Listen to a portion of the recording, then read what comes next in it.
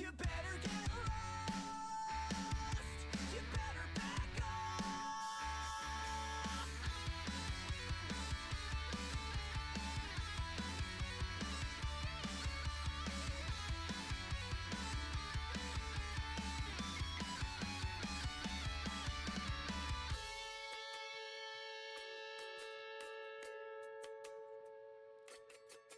You better get lost.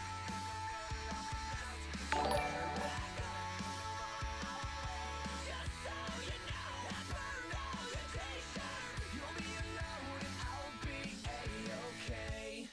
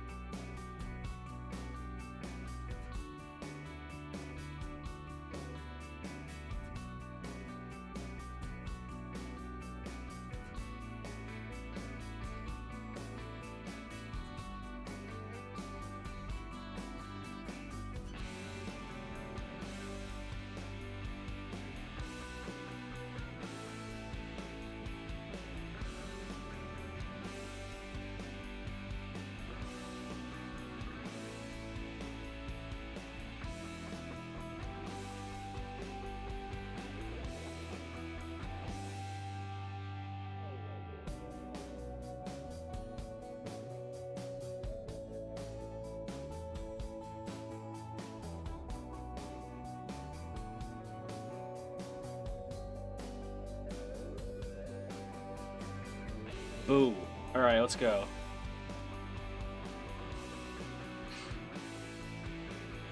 Alright, whoops. Go to our tree troll. Thank you, Mountain Live for the follow. Let's see here. Alright, let's see. Let's go ahead and get started. So last week, whoops. Hold on. So last week, when it came to what we're working on this tree troll guy, along with a tree, character named Brenda Sweet and whatnot. So gonna make her wedding ring, and what else we're working on? Oh, a mermaid. Oh yeah, whatever. Alright, so let me go ahead and take my music, turn that down. Let me go ahead and pull up my reference. I got so much crap to work on.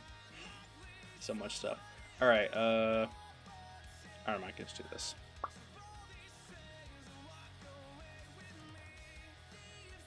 Show me. Sweet. Alright. There's our handsome bastard. Little motherfucker right here. Alright, so what we need to do is we need to look up some more references for him.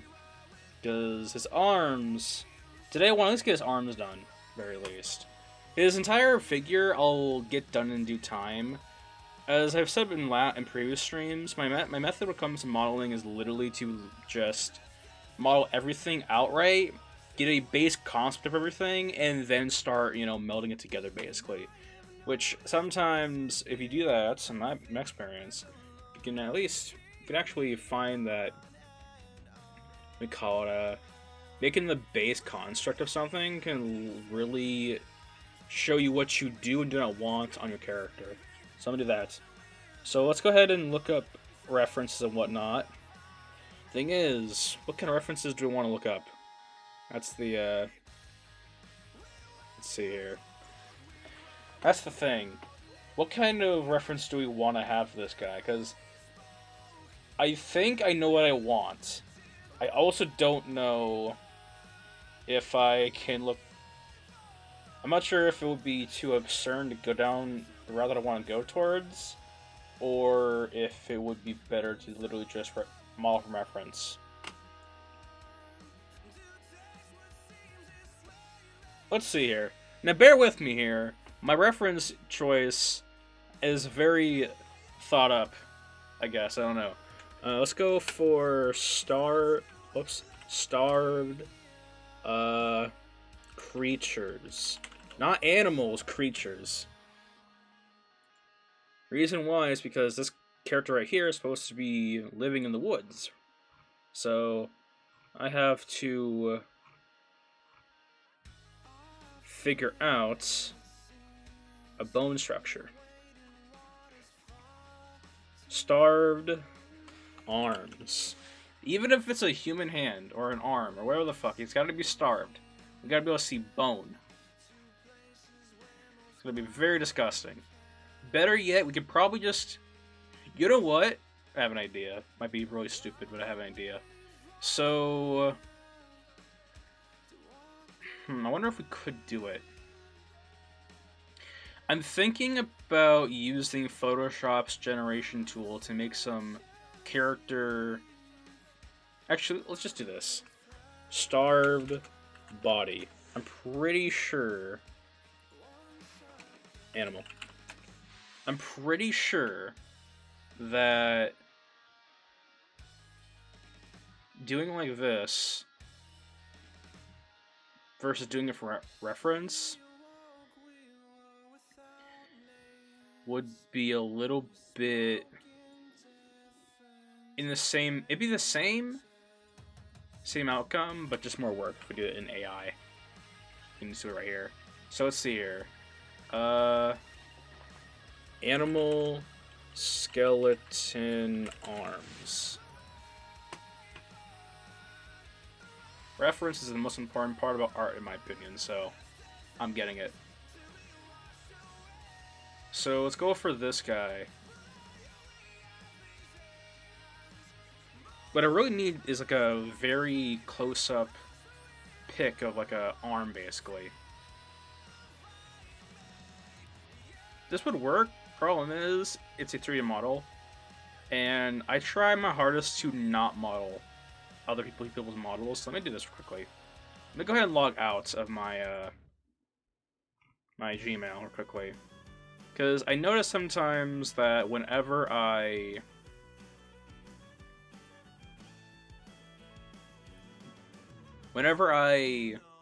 look something up with my Gmail or anything like that while I'm logged in, I always get like pictures of like, we call it things that recommended to me because I look up a lot of 3D stuff. It's my entire life basically. So I'm gonna go and do this. That's a drawing. I want an actual picture. How about skeleton anatomy? Yes, sir. I guess when it comes to skeletons, I'm not gonna really find a fucking reference other than like a 3D model or a sculpt version of it. So, because I doubt someone out there just so happens to have a body with them. You never know. All right, so let's go ahead and get that. Because this is going to be like some sort of humanoid style monster. So I'll go ahead and let's see here. I love that. Let me go ahead and use this.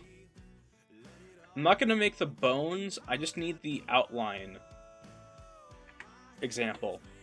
Like, I won't make the actual bone, I'll actually just, like, make a little long, call it a, like, joint, but design it, or sculpt it, as if it's just a little tiny arm with a very low amount of flesh, a very low amount of skin.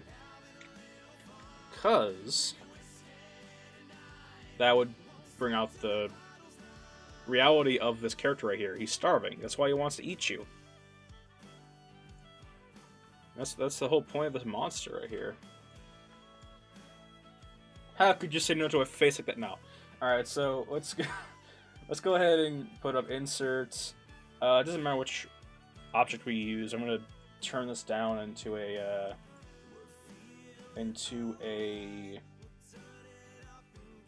initialize to a standing cylinder. There we go. So let's see. In fact, let me change the music real quickly. In the last like 15 streams that I've done, I've been using the same like using the same like tracks on Streamlabs, and one of these, okay, it's kind of fucked up. So I guess it's a good idea to plug in my stuff. So basically, we now have a YouTube channel called 3D Sandwich. It's linked in the About section. We also have linked, or I also have linked to my Instagram, so y'all can check me out there too. And I realized as I was uploading these videos to YouTube, there is like 1 or 2 songs in these tracks, these supposed royalty-free music tracks, that is not royalty-free. So one of the songs in this entire batch is not for... It's not safe. Which sucks, because it just means that I have to be careful. That, or I just have to take my chances. Because there are hundreds of songs here, and best believe I ain't gonna catch them. You know? So let's go ahead and do this. Let's go from rock to suspenseful. Nice. Alright. Let's go ahead and do edit. Let's make this guy's arm. Alright, so whenever I make an arm, or better yet, let me do this quickly. We have a ruler that I made that we can use. I'm gonna do that. So basically, this ruler is set to a default size. So let me explain the ruler actually. So I made this ruler so that I can actually figure out the size of all my stuff. Basically, this ruler does not go above in size, or does it shrink? Of course. Basically, all I have to do is I'll align whatever object I have to a point, and we can easily tell how tall that character's going to be. I'm not too focused on inches per se, considering I can easily just like downscale something if it's like it needs to be like an exact inch measurement. But this allows us to be able to like show off and see how big a character can actually be or is. So we go ahead and take this ruler and move it back a little bit, so we can figure out the vicinity of this guy's arm. Let's go ahead and do that. Place the point right there, and now we can tell how big his arm's going to be. I feel like when it comes to modeling, anyone who wants to like get good at this stuff, or anyone who wants to like make their life easier when modeling, I think it would be a good idea to literally sit down and make your own tools. You know, because when it comes to measurements or not in a project, measurements could be anything. I mean, this guy is supposed to be about 3.5 feet tall, if you're really counting the hair. but if you're really counting like just his base height, I would say maybe about 3 feet exactly might be this guy's height. But, you know, you may know that, but does your team know that? I could be making this character fucking 3 feet tall. Someone else might be making this guy a weapon, right? Like a javelin or an axe, or whatever the hell. That axe might be too big for him. You need to make a tool to allow your team to know what size everything's going to be. So I feel like if you want to be a good modeler, and you want to have a good start on a project, or be a good team leader, or art lead, you gotta have some way to like represent how everything has to be. Which is why I made the ruler right here. So let me go ahead and do this. Let me go ahead and go to our symmetry, and let me go ahead and turn off X and turn on. Is it Y, right? It was Y. For like the forwards and backwards. No? Z. Yes, sir. This will allow us to modify both sides individually. Sweet. Whoop. I'm going to make the arm just plain simple. Then I'm going to go ahead and use the edge cut tool with the modeler and just simply just cut it to make the bone pieces, basically. Before that, let me go ahead and do this. Look at my reference. Man's arms are skinny as hell, meaning that we need to make this more skinny. So we'll go ahead and do that. We go ahead and single this out, and wow, whoops. Do that. Swivel, loop. There we go. Let's go ahead and hit that. Let's go ahead and move that up. Nice. Alright. Now, his shoulder is going to be very, I want to say, let me call it, very loose looking. Because he is supposed to be this starved creature that wants to kill you. And his shoulder blade, I think would be around. Whoops! I think it would be around. Throw this down. Let's go ahead and get the snake tool out and make this a. Also put it on the Z symmetry type of thing. Turn off the Thanos texture. No. Look. Oh, whatever. Let's go ahead and do this. Alright. Let's say... do this. I want a play-on ball joint right here. You know, so like... this guy's anatomy does at least somewhat resemble what it should look like. Ball point. Be perfect. We'll go ahead and shrink down his arm. He's starving.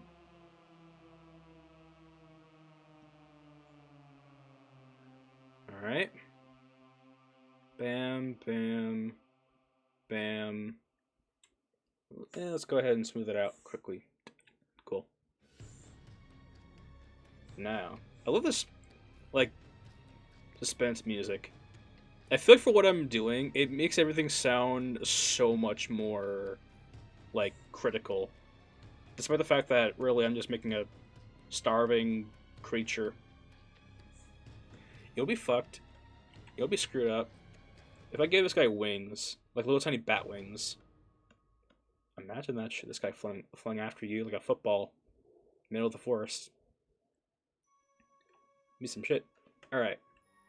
So, let's go ahead and do a Q mesh, and let me go ahead and single this out, because I'm pretty sure we have, yeah, the poly group up here is the same as down here, so let me go ahead and fix that up. Cool. Done. Alright, so we have that, And because I am looking forward to rigging this damn thing, I'm going to make the... This is what I'm going to do. So...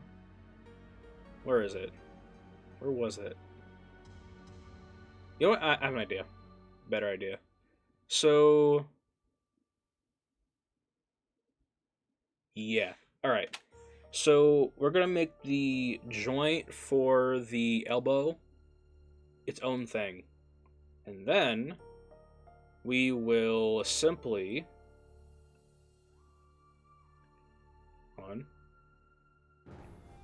Scale... Hue mesh... We're going to go ahead and do this. We're going to go ahead and extrude this out. I know I could, like, literally just modify this outwards. Actually, you know what? That's what I'm going to do. Watch this. There we go. Modify that outward. And just go ahead and do this. My whole plan when it comes to, like, making this model, it always changes in some way as I'm working on it, because it's like, I know what I'm trying to do, but the more I like work on stuff, the more I'm like, we can do this stuff better. So I think this will be better in a way. So let's go ahead and make this more, I want to say, skinnier. Whoops, nope. I want my moved apology brush. And put me on symmetry again. Yes, sir. I gotta make his arm as skinny as possible. In fact, what's going on here?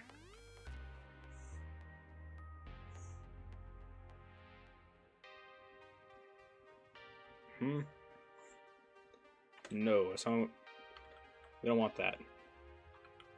That's ugly. Alright, here. Let's go ahead and close that in. Where's that coming from? Hold on. You know what, here, let's do this.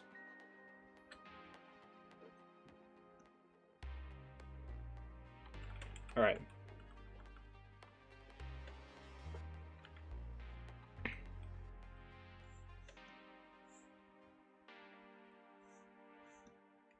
Skinnier.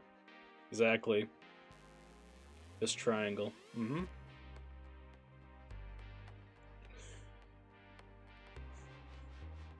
Mm-hmm. So basically, let's see here. What's kind of trippy about AI is, like, what we call it. We're never gonna be able to, like, get to a point where we can see what the hell that armor piece looks like underneath the wrist thingy. So it's like, I really have to kind of, like, go against, like, what the AI is, like, trying to tell me and be like, yeah, we'll make this guy starving. So it's like, yeah, we'll, the AI gave us one concept, and now we have to do it ourselves. That's kind of why I say AI is more like a tool than it is like a job stealer. It can steal jobs, don't get me wrong, but I feel like the more adapt you use it and whatnot, as in, like, I'm using this for a game design setting, you know, just to get some of these reference in from a concept that I had written up,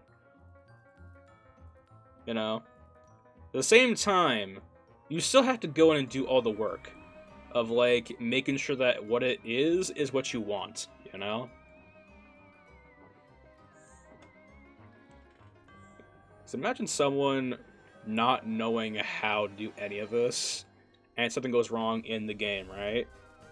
You have to do some rehauling on characters, right? Remodeling or redetail work. It would just be hilariously a dumpster fire. It's like, shit.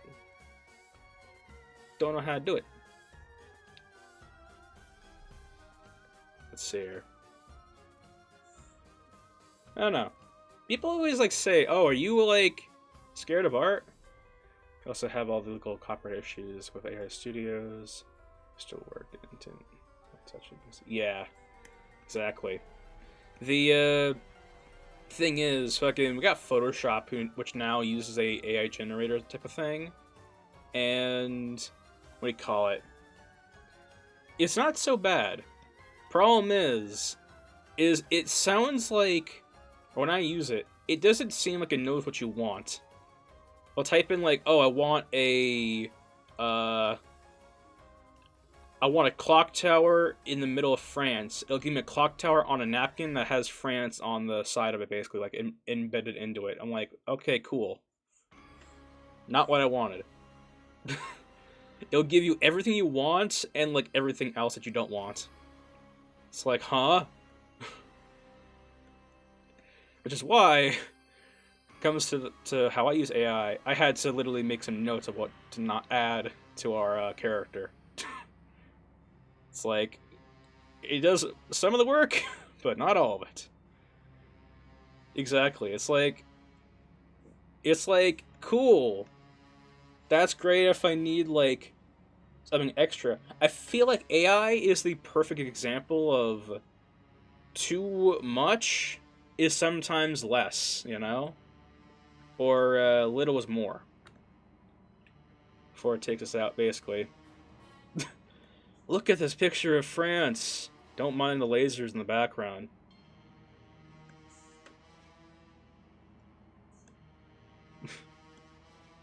Oh, what are those mutable weapons? Or advanced weapons of technology? Don't worry about it.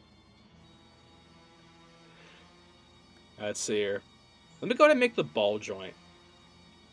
Or better yet, let me go ahead and like actually fuse this together a little bit. Do that. This. Let's chill. Yeah. Don't worry about it. It's not coming for 30, 40 years unless we make an upgrade to society or technology as we know it, which only happens every month or two nowadays, literally. And for how fast AI advanced, it's like, yeah. We are definitely not too far away, are we? Alright, let's see here. So let me go ahead and get rid of... Let me say this first. I'm gonna go ahead and get rid of these points right here. In fact, let me... Are these gonna remove, like, any other polygroups if I decide to remove by polygroup? Let's find out. Let's go ahead and do group, and let's go ahead and do fill. Bam. Bam. Can we delete by polygroup now?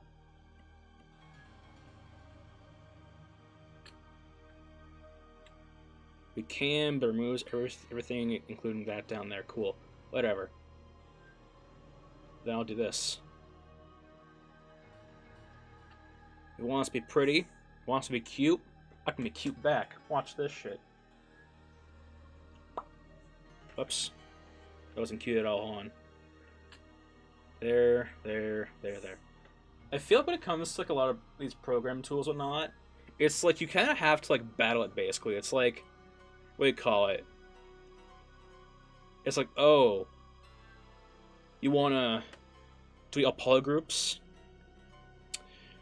Well, too bad. If you delete all polygroups, you're gonna delete the front of the hand. You have to remake that from scratch all over again. It's like, nope, we got tools of mass 3D destruction. Alright, let's see here. I'm gonna go ahead and bind this together with a bridge because I do want to have like a... I'm gonna have a crease,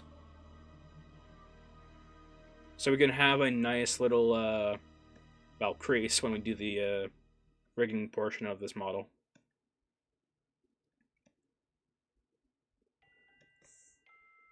Because that is the favorite part, or that's the best part about doing any sort of rigging. If there's a crease, usually it makes everything 10 times easier.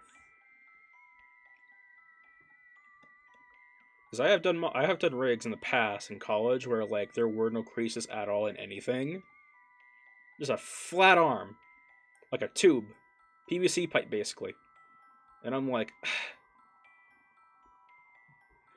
it's like, huh? There's a best part to rigging. Oh yeah, I mean sorta. The best part of rigging, in my opinion, is finishing the rig.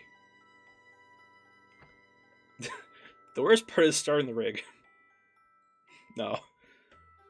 I enjoy rigging to a certain degree when it works. And when it starts to work, it's always the best part. When all that work actually pays off, it's just like nice. Oh, we're not gonna use the character anymore? We decided to change the script? I quit. No. But yeah.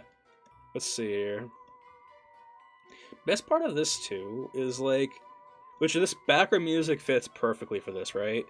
So basically, when it comes to how I model stuff or how I do my projects, for my personal project, basically this guy's limbs, his hair, his face, his everything is gonna go directly into my character modeling resource pack, where I take all of my creature's parts, all of my human parts, whether it's gear, creature parts, body, texture, whatever, and he'll be used on other creations, like some sort of abomination.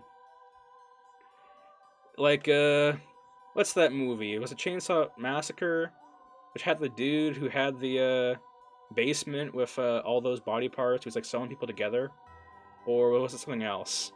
I don't know. It would be like that though. A very weird conglomerate. Best part is, it's not even gonna look remotely off. Because with modeling, you can make anything look right. There could be a character in this project, a female character that has a male face of some other character that's severely modified, but you wouldn't know. Which case is going to be hilarious when people make concept art, weird concept art of this project. Can't wait to tell everyone about that shit too. Fucking. It's like, oh yeah, by the way, you're making a guy, but it's a girl, or whatever. But yeah, let's see here. I don't know. I feel like a weird, like, maniac scientist when it comes to these characters, because, like, the more I create, the more body parts I have to work with. And that, to me, is just so off and creepy. At the same time, it's kind of fun. It's like, I get to have, like, after I finish this character, I'll have a starved body to work with for another character.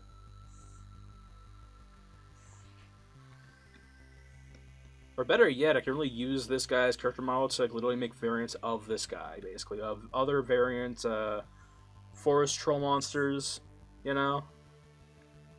Just to cut the workload in half, because I am one guy working on this project alone, so it's like, either I do it like this, or I really mess myself up in the future.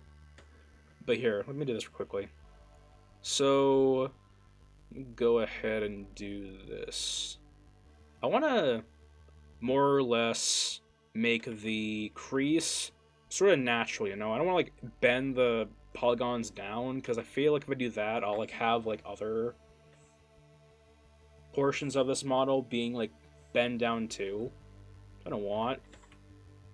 Sounds horrible. I want to be in control of every little polygon or vertex. So let me go ahead and do this. After I do this too, I'm gonna go ahead and put on a crease and then a bevel on that crease down here. That's why I haven't like creased anything else, because like I want to like take advantage of those bevels, you know. I'll do that before I get on with the other exciting parts.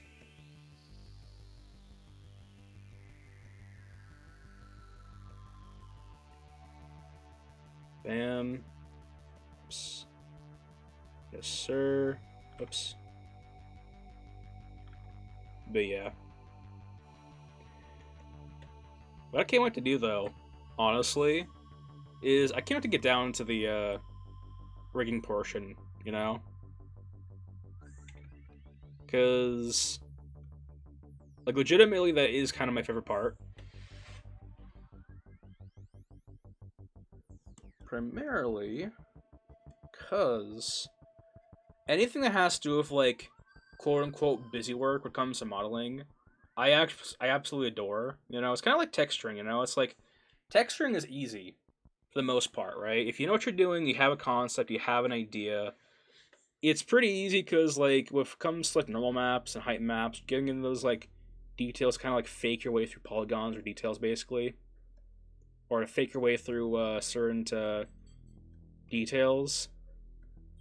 It's pretty easy, you know, because those maps kind of do the work for you. It comes like skin weights and like fleshing out the character through a bunch of pivots and whatnot, making controls and whatnot.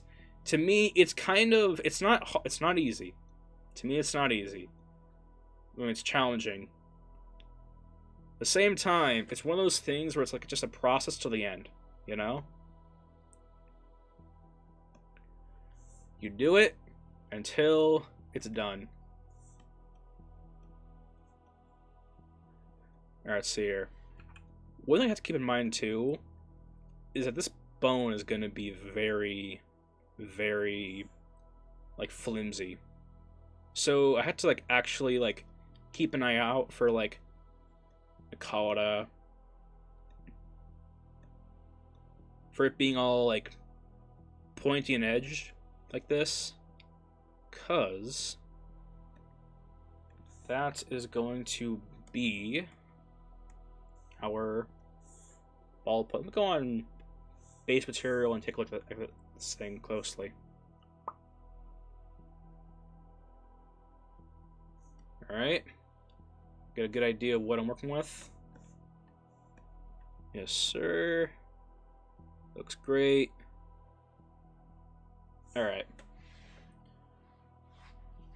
Let's make sure that that arm is going to be evenly leveled when it comes to character. To do that, I'm going to go ahead and just use the smooth tool. Sweet. Alright.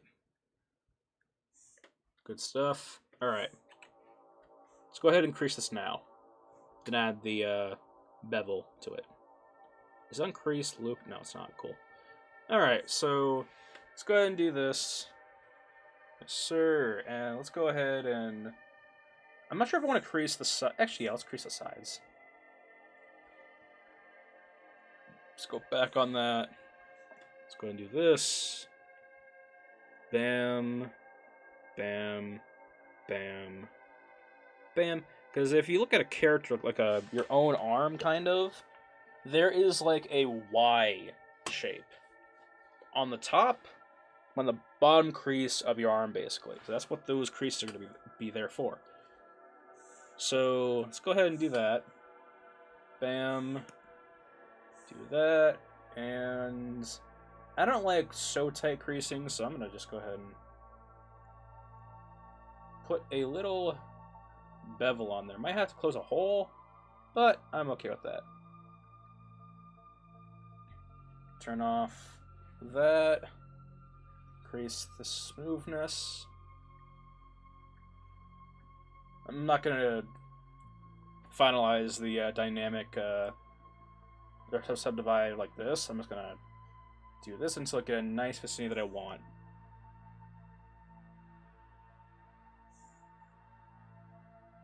Basically, it's got to double check.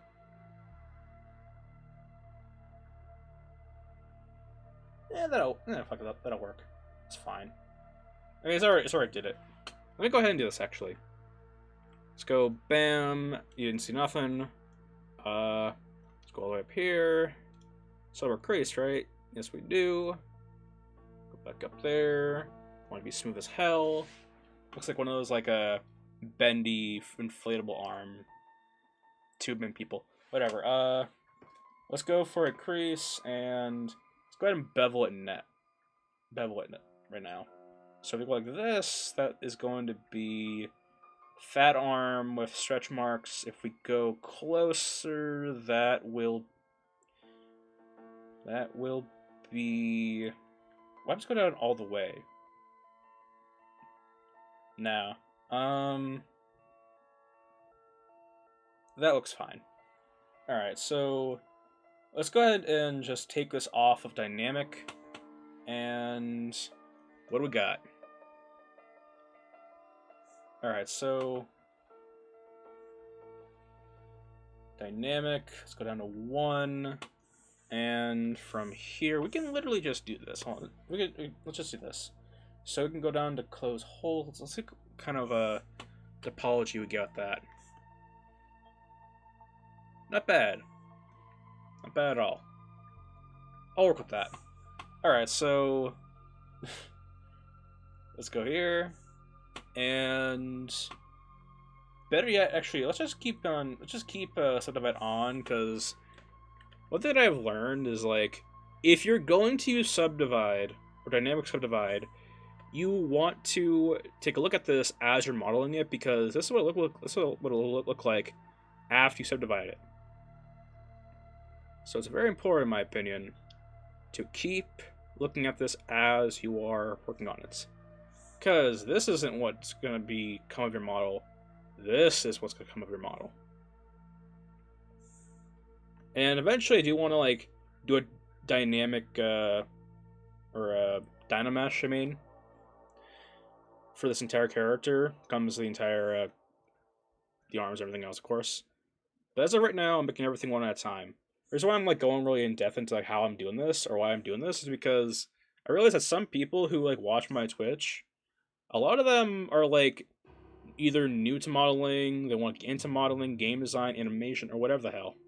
So, if it ever sounds like I'm over-explaining something, that's because I am, with a purpose. Because I want to help. Which, by the way, if anyone really does want to try and get into modeling, we now have a 3D Sandwich channel on YouTube, which I linked in the About Me section of my Twitch, so if anyone wants to look at the VODs of the last previous streams there, I can. You can go there and learn how I constructed various characters, mermaid tree, and a bunch of other stuff too. I worked on a shoe last time, did a bunch of modeling. So if you want to learn how to make one of those, you can go ahead and go on my channel and look at that. All videos are like a combination of other things, so you don't get like one model tutorial or one model I would call explanation in one video. You get a whole bunch of them.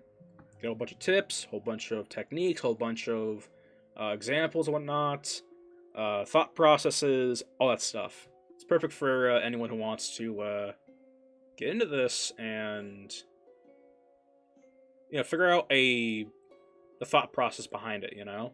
'Cause I realize a lot of times in videos or how-to videos, it's like, they're all great. Don't get me wrong. Any video that could help you model something is amazing. However, I feel like when it comes to a modeler able to create their own models, they have to go through, you know, the levels of art hell, basically. That being, they have to climb their own mountain. They have to climb their own ladder. They can't climb the same person's ladder or else it'll be too dangerous, right? You have to climb the ladder on your own. And I feel like digging into someone's thought process or learning about it on the art can actually give you a good idea of how to go about art in your own way.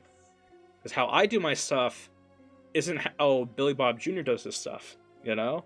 A different modeler or whatever. everyone has their own techniques and their own methods.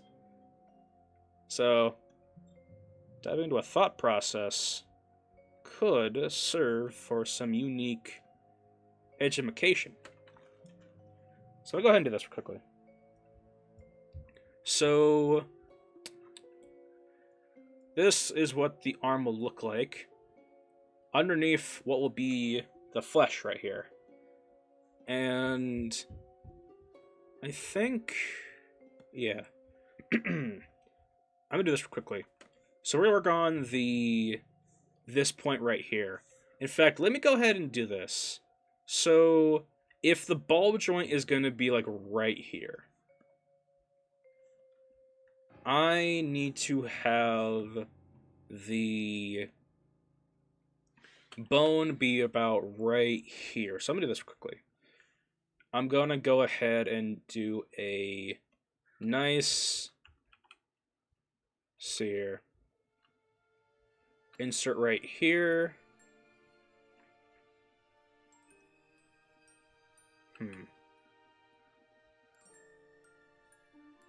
Or better yet, let me do this actually.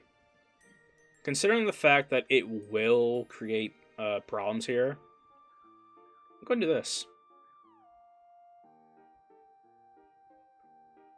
So, do that. Yes, sir. Alright. Let's go ahead and, whoops, do this. Nice. Alright. And what will that give us with our dynamic stuff? Cool. Right direction. Alright.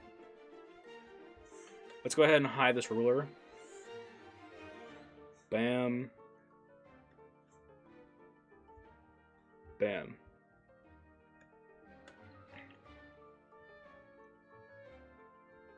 Let's see. I like this. Go up there. Increase the intensity. Brush has a little bit. Alright. Move this down. This side right there. Yes, sir. I feel like the more we can see the outline of the bone, the better our portrayal of how screwed this guy is gonna be.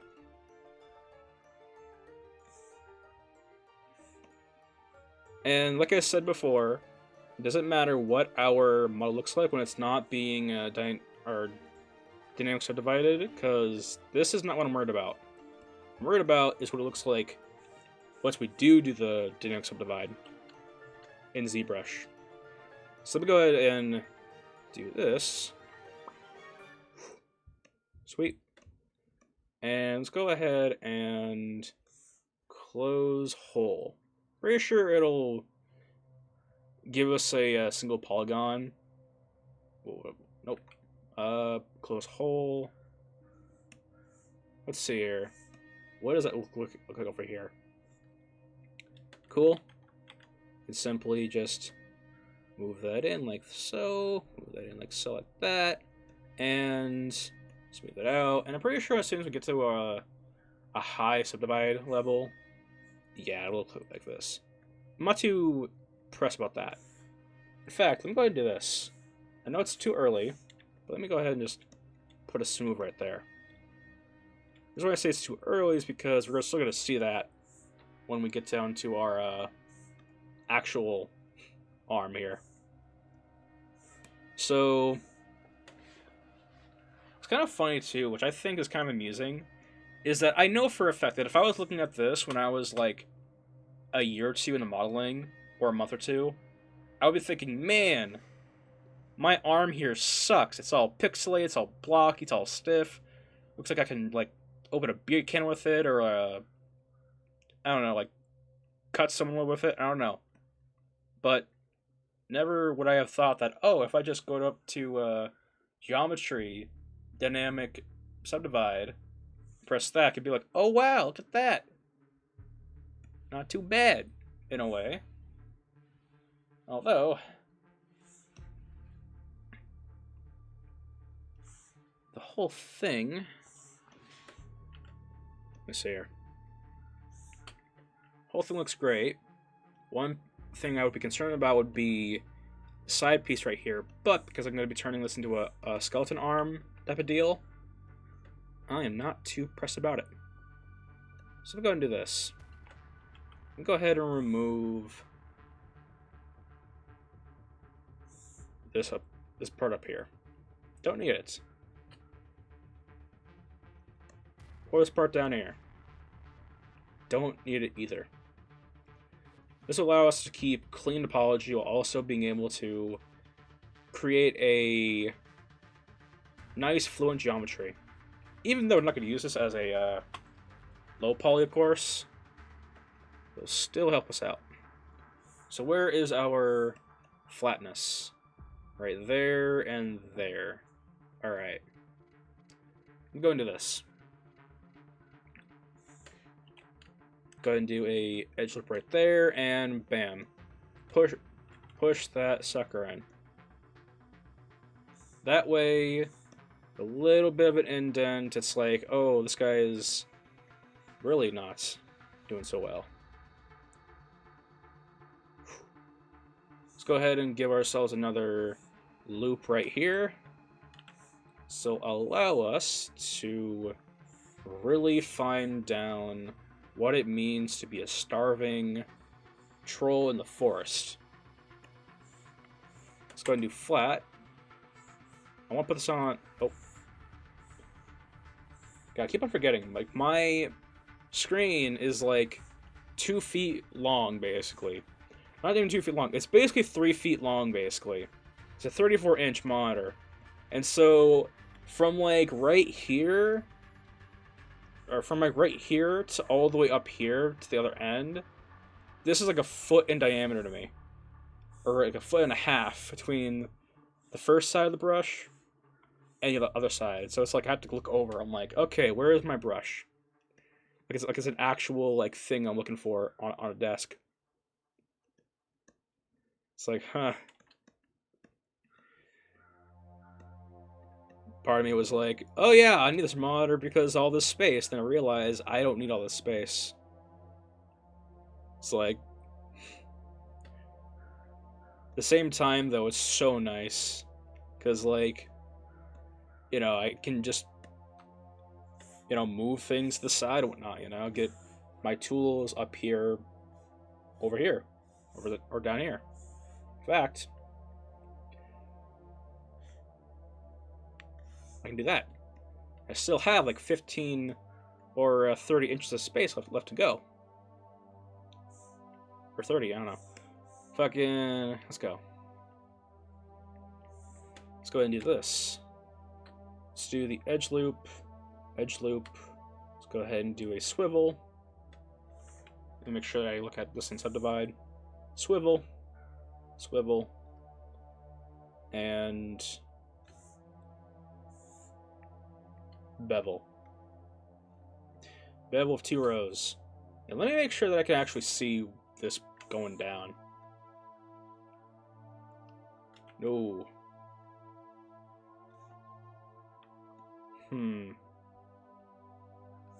Yes. Alright. It may not look like it now, but this is the start of Starving Arm Jr. Let's go ahead and go down to our... to this. Oops, nope.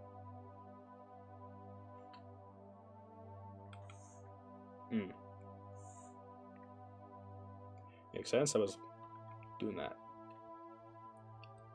No, I want swivel.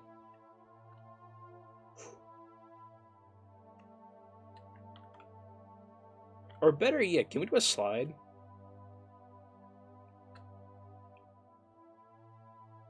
Yes, we can. There we go, that's a lot better, in my opinion. Let me go ahead and do this. Nope.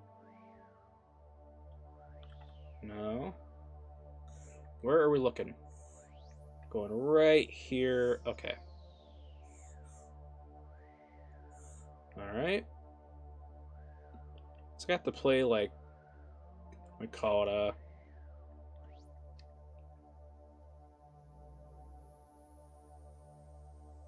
modifying ghosts. All right. All right. Let's see. Do that. Sweet. Now, what I plan to do now is I need to get this thing creased.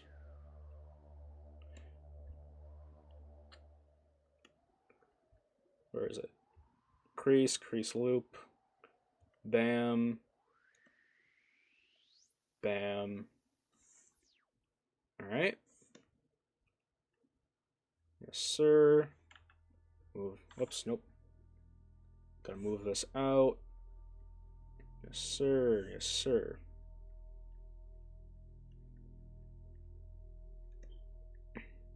Alright. Make it as flat as possible.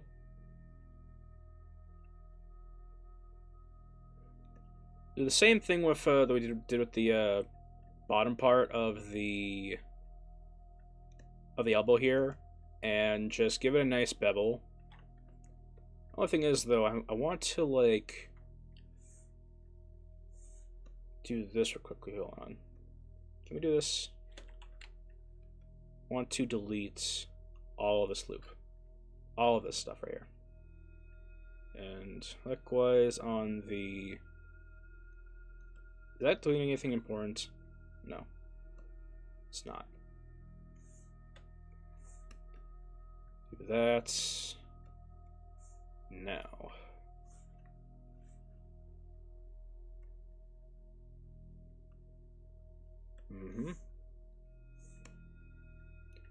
All right. Getting somewhere.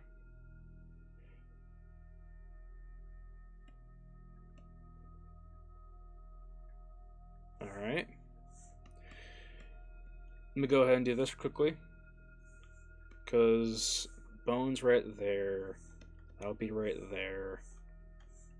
That would mean the crease has to be around here to create the ball joint type of thing. That's delete, never mind. Crease is what I want.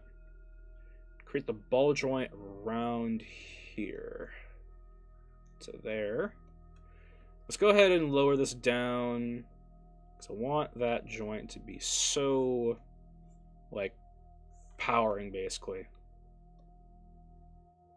Very noticeable.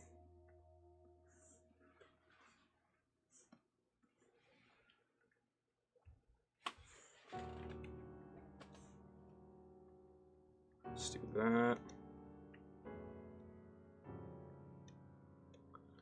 Alright.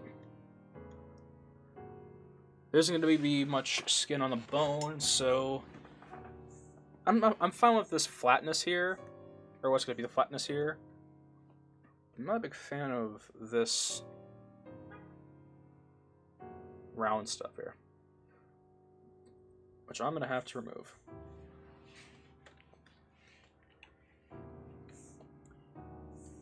Let's see what happens if we do it. See if I can manage the topology.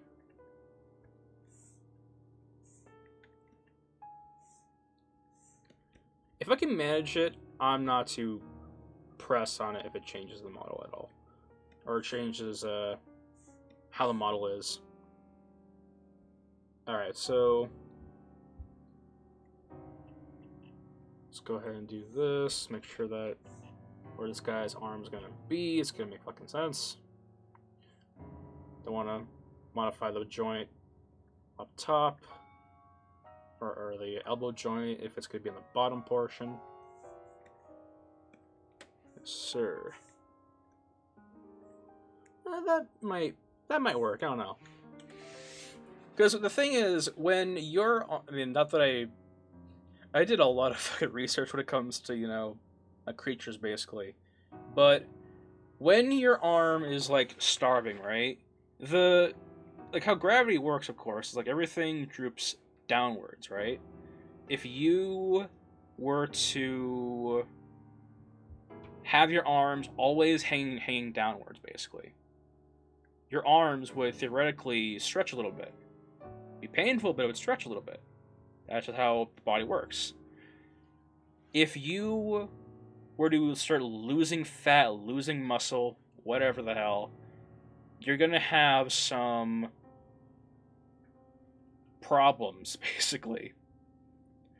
As in, you're gonna have some very stretchy, loose-looking limbs, basically. So the bone portion up here, I can do a draw thing, whatever. The bone portion up here, that's gonna be really fucking good. The thing that I'm worried about is the fact that this is a little bit too fat for him. I know he's not fat at all, but it's a little bit too fat for him. I'm wondering if I should lower it or increase it. Not increase it. Lower it or keep it the same. But just to kind of like possibly ease my mind on it, let me do a save first. Possibly ease my mind on it. Let me go ahead and do a crease. Or a bevel crease. That makes it worse. Or better yet, that adds a little bit of subtle detail to it. I don't know. I'll do a crease later on, but I think for this right now, it's not too warranted. Let me go ahead and crease the scale of this. What kind of sucks about the subdivide is that... Actually, let me do this quickly. Go ahead and do this. Or down to one subdivide. Move it up. Let's go ahead and play with this. Have our fun. The only problem with this is that if we have it on the subdivide high to low res type of stuff, then we can't really go off and do that. Can't like remove any edges basically.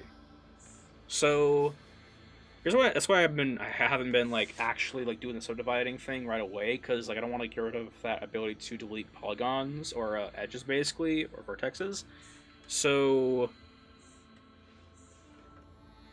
let me go ahead and work with this. See how far we can get.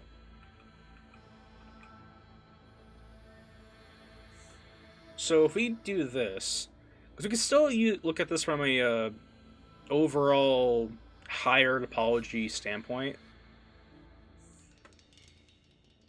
Thing is, comes down to. Let me do this quickly. So let's say we have a flatten tool, and we're like, yeah, we want this thing to be flat, all the way flat. Nothing of the sort here. Let's go, bam. We no longer want this guy to be as flimsy or as fat in the arms. Alright. Alright. So, nothing but skin and bones. We want to feel bad for this guy. That's the characteristic that I have in his little character description thing. The downside of, like, me working on all this stuff is that I can't show any of you the written description, because if I do, that reveals too much what the overall project is. Now, I'm fine with, like, streaming all of this. This is my side project, by the way. And I'm perfectly fine streaming just this, the modeling portion, because it really isn't going to deteriorate from the overall project, basically, because it just brings traction. It gives attention to the project, basically. Thing is, though, what I have on the character description for all my characters is literally like it's like a 50 questionnaire thing of like how specific my characters are, basically. It's kind of interesting because we have everything. We have everything being used here. Like the eyes, hair color, everything down to, you know, the weight, the size, the skin density. We're using all types of measurements.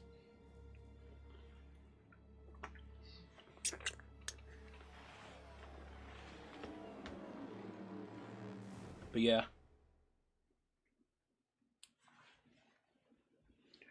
Let's see here.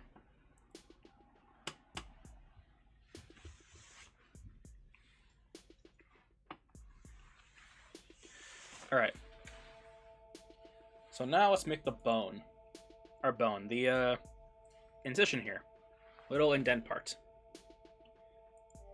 You know what I might do? Just to make it so utterly disgusting. Breathtaking. As in bad. What if we made the veins show? Because this is going to be a stylized piece, of course. What if the veins were showing? You know? Because right here we have the, on the reference, we have the outline of the actual, like, flesh, where it would be, right? And if we're going, like, this far down, I feel like we would see a little bit of, veinage and whatnot.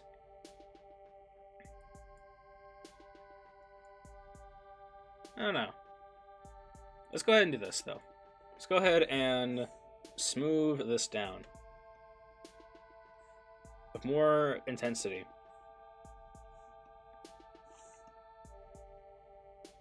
There we go. I'll go ahead and do this, do a save. Nice. I love that. Alright, so let me go ahead and do this real quickly. I'm going to go ahead and make a copy of this. Let's name it first. We'll call this skinny arm. There you go.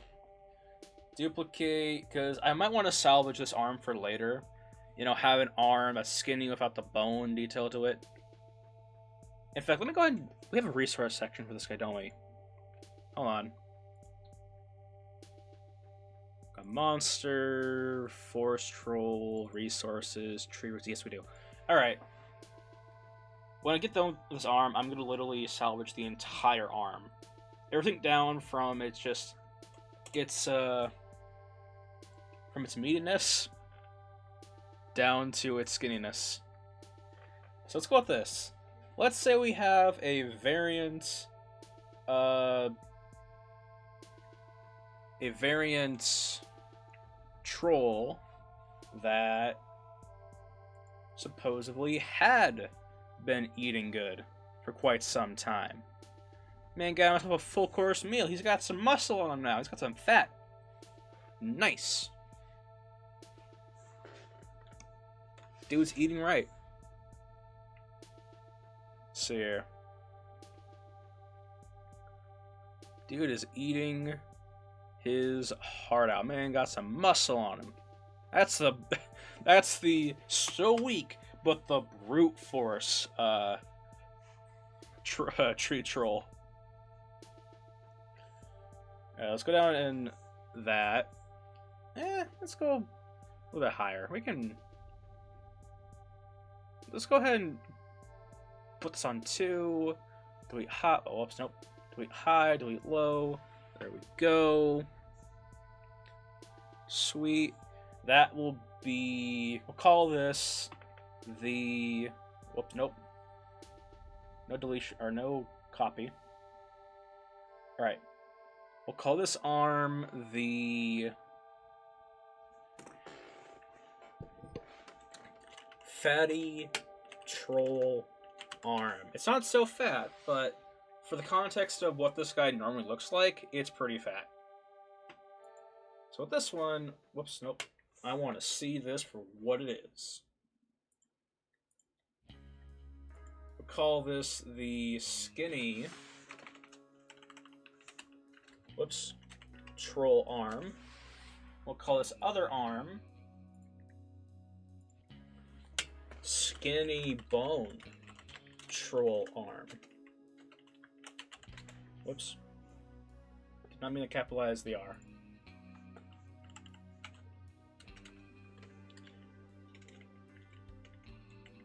God. Again, like where I'm like typing in the name on my monitor, that's like 3 feet down from where I'm sitting. So it's like I have to like really fucking pay attention. I'm like, ugh. That's an A, right? All right, so now we got a skinny arm junior here. Let's go ahead and make that arm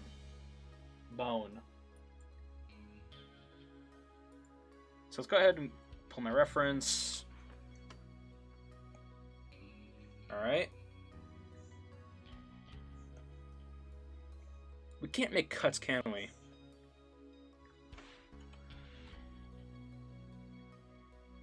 Can we? No, we can't. We gotta do it the high poly. The high. Alright, cool. It's whatever. So let's go ahead and do this.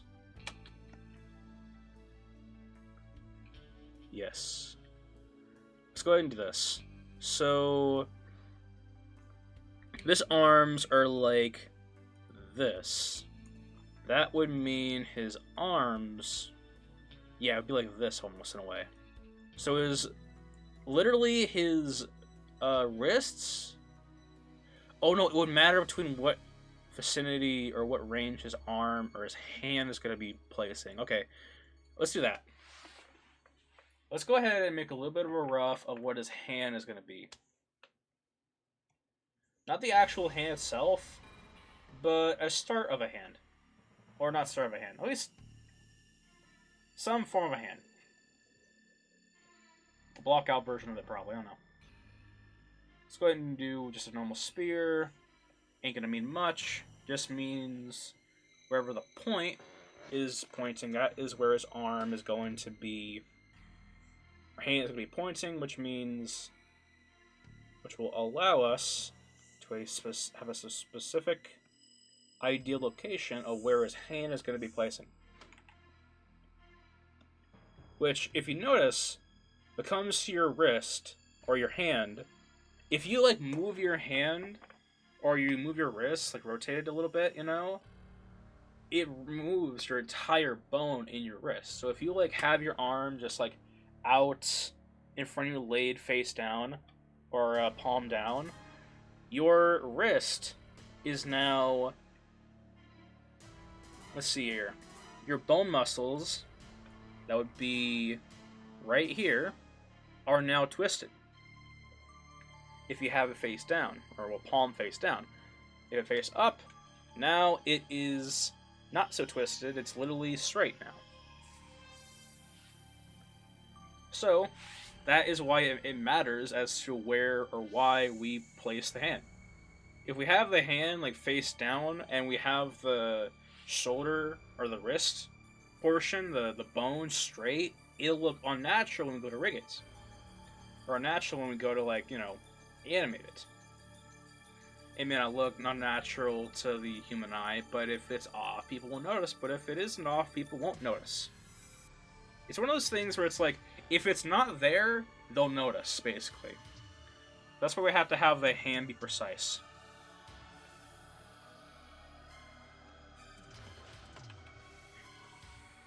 And to make sure I know where the hand is going to be pointing, I'm going to have it be pointed.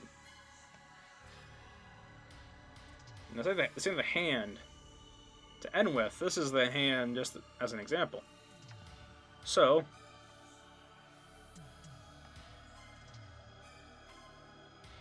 let's go ahead and do this. So the hand is like right here. Like, this dude is... Whoops, nope. Let's say this man's hand is right here doing this. If we have the hand doing all that type of stuff, pointed down there like that, as if you're just posing, that hand would make the wrist muscles, the wrist bone, oh, I'm doing it with my own actual arm, that would mean that the bone here, let me go ahead and do this quickly, reference for myself. Let me do this quickly. So, if the hand is right there, right there, whoops, whatever. If the hand is right there, let me go ahead and pull up Painter. Hold on.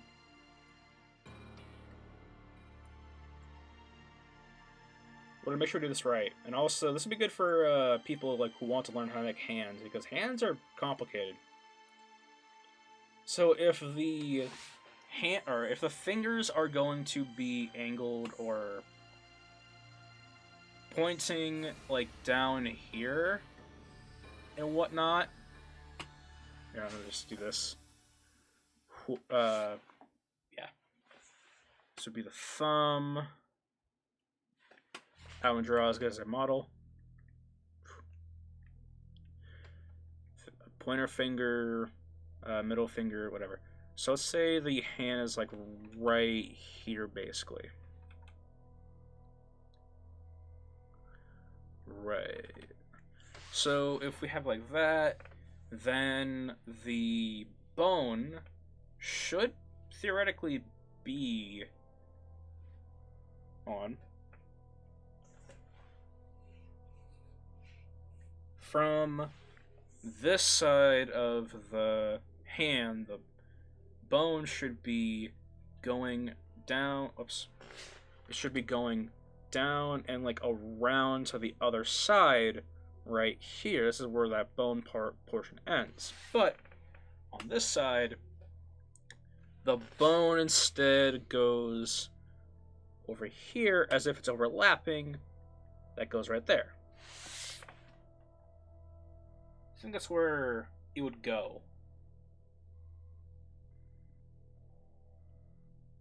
That would mean that for around here, hold on, for around here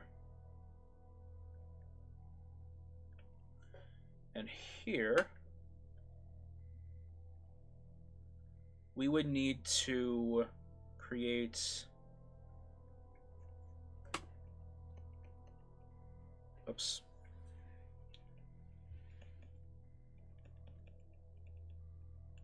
That's where we'd have to create indentation. And right here, let me go ahead and highlight that. Right here, here, here, here.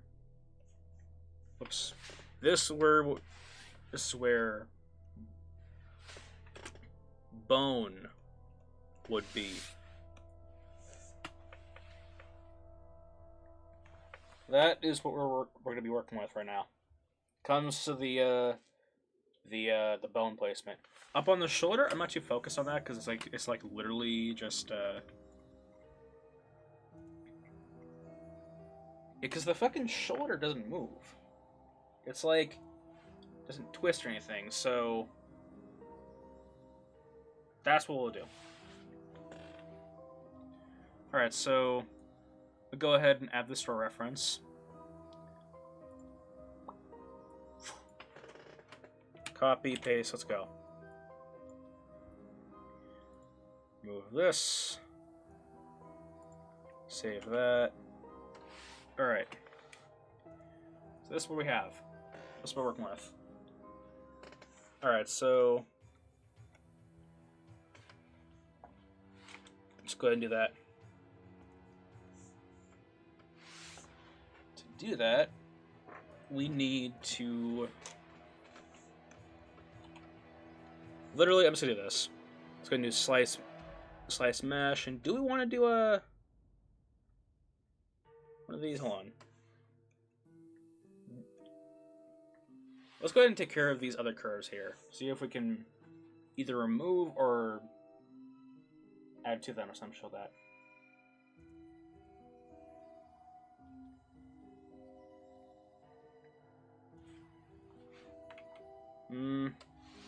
Yeah, we should have put this in there. That works to me.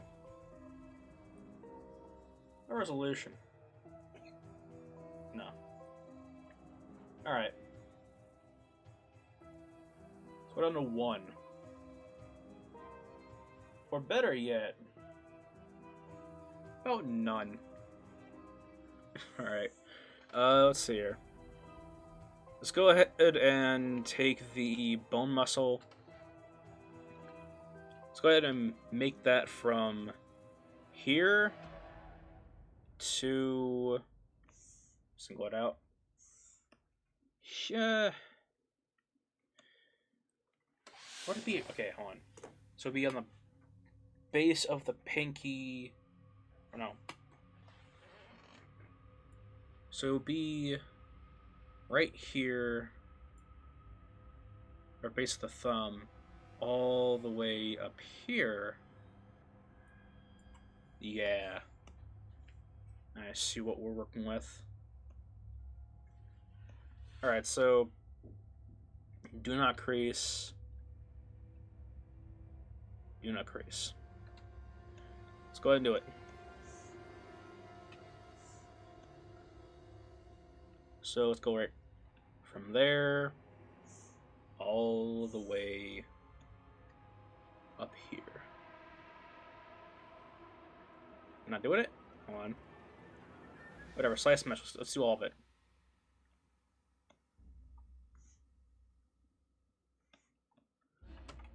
No? Okay.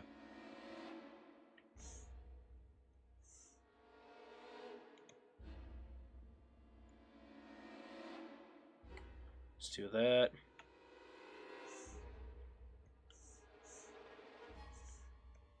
To here. Or not.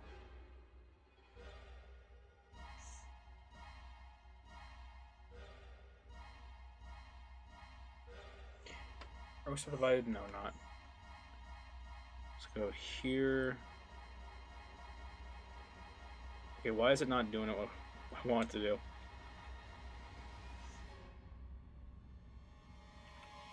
Oh, there we go, finally.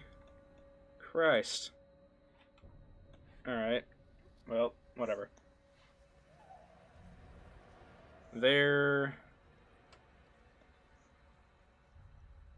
To here.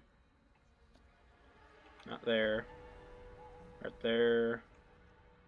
To here. To there. Bit. Yeah, let's keep it on a crease, actually. Right there. To there. Shit. Crease. Crease. Right there. To there. Nope. One up. To there.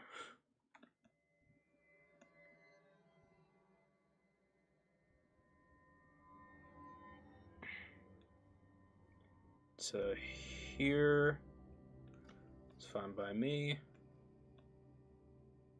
Yes, sir. Alright. Then this bottom portion here.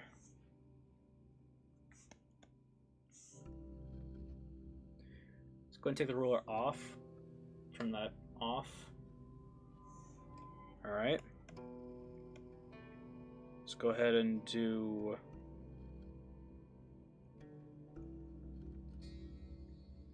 Oh, not here. Slice mesh. Let's go right there. Say right around... What's our journey going to be for this? Because it needs to be right around here. Or here. I'll go here. Actually, let's go here. So...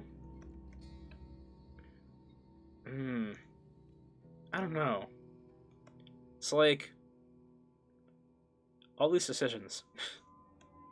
Alright, here. Let's go ahead and do it. Right there. No? Okay, fine. Let's go from...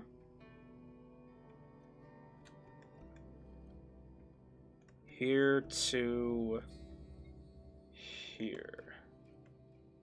Then to here.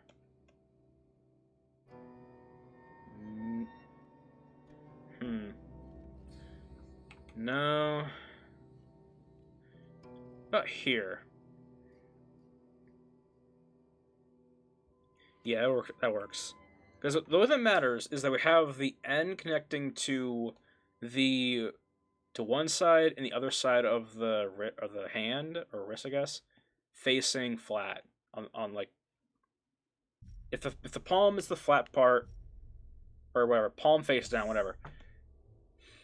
Tired of doing these edge loops. All right, these edge cuts, mesh cuts. Oh man. Okay, hold on. All right, let's do this.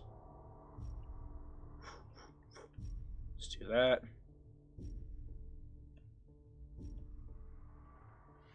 All right. Let's make it fluent. All right. Now, let's go ahead and combine this. This is gonna be so screwed, but I'm all for it. Let's see here. Geometry. Oh, yes. Do that.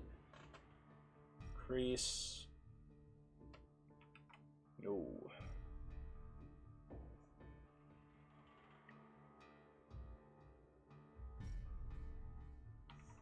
Alright, whatever. Alright, so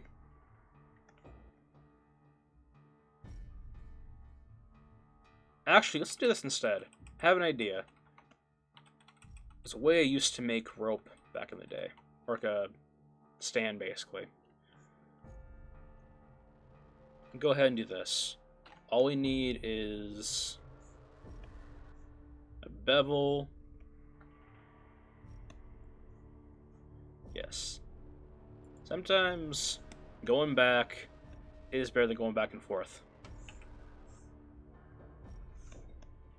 Taking a step back. Alright, here. It's fine. Alright, so let's go ahead and do this. So, slice mesh. Let's go ahead and do this. Alright.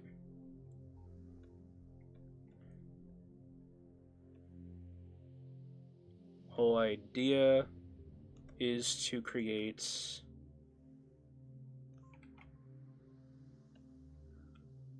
almost like a network to like the base here.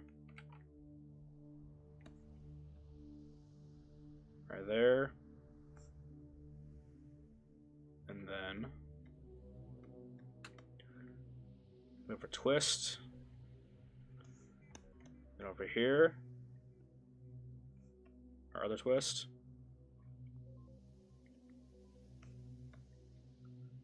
Going up. Going up. And right there. There we go. Less broken. Alright, so because the whole idea is I want to make a bevel out of these. This is gonna blow itself up. Alright. Let's see. Alright. Let's go ahead and stitch. End position, end position. Cool. Delete. Bam. Bam. Alright. The whole idea is we're going to make this bone part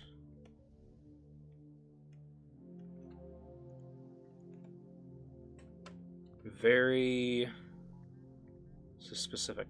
Hold on. Looks like we're doing. This will be okay with this part though. Go ahead and do this. Let's go ahead and do a stitch. Yeah, let's go center or midpoint. Alright, so now the whole idea is that we have that now.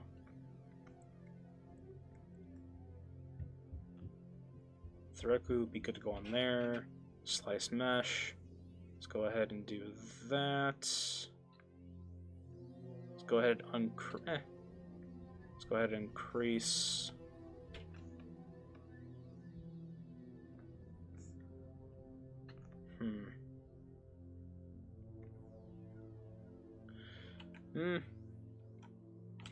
This will work. Let's go and do that. Let's go ahead and do this. Increase. Nope. Screw it. Alright. Then we can go ahead and do this. Slice mesh. I could just do this with a bevel and high poly, I realize, but like at this point, I think this will give us more detail or a higher quality. Just because it'll be a lot easier to pinpoint and know where our indents are going to go.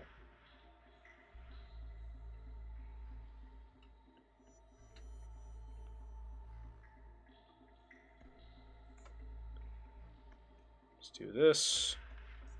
Go as clean as possible. That works for me. Alright. Let's go ahead and crease. Crease. Nice. Alright, now, let's go ahead and take our polygroups and do that. Yes, sir. Let's go ahead and now create our own. Or, never mind that. There we go. That works. That's what I wanted to do. Fill. Polygroup. Go like that. Yes, sir.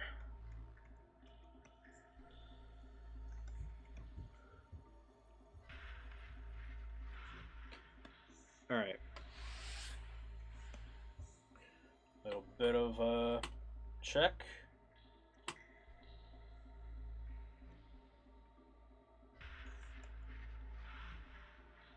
This will work. Alright. Now,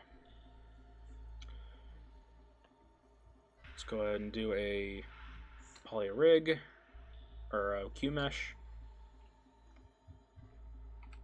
No, that's not what I want. Whatever. Huh. Interesting. Well, whatever. Let's do that. Go to our crease. Some of this. My bad, apology. Close out the whole shit on. No, it's not gonna work. Alright.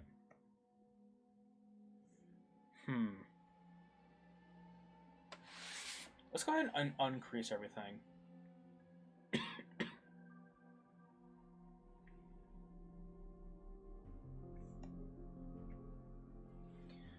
If you can do it one way,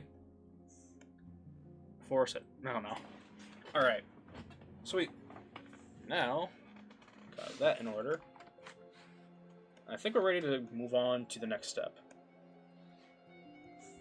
That would be to go ahead and do that, and or do the low poly or high poly. Just start hammering down the actual ball point. Basically, we're gonna be going pretty high in polygon with this type of method, but honestly, it'll work. I have faith. Better yet, do we want to?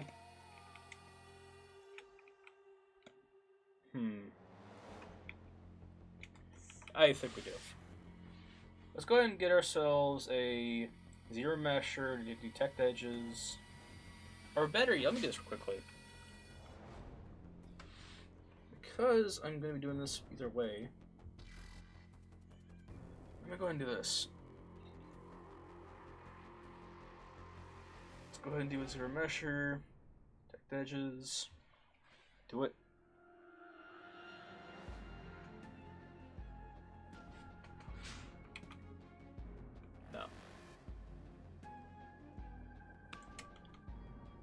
keep same. Come on. Give me what I want. Okay, why is it doing that? I'm just acting like this entire thing. It's not doing what it's supposed to. Hold on. Alright, so move that crease.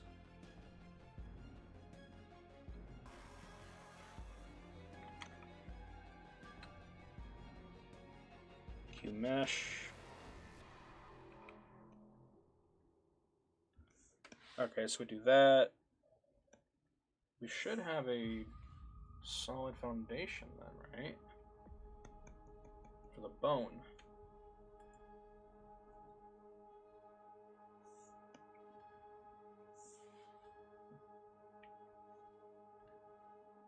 If I have to like severely like soften this thing, I don't mind. I'll do it. Don't test me. No. Yeah, that is weird. That does that. But whatever. It'll be fine. Let's go ahead and close holes. Because we can literally just go into zero mesher and just try and keep it adapt. Cool. Now we can just start doing this.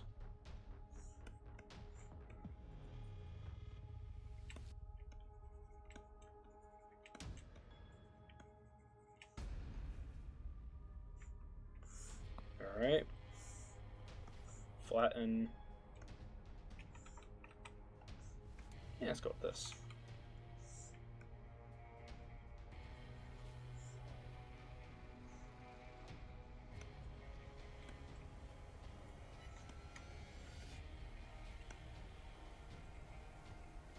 Alright.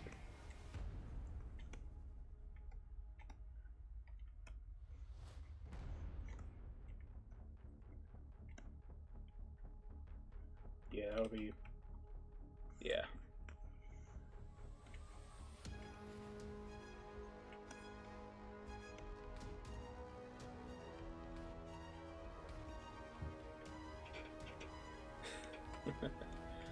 Alright.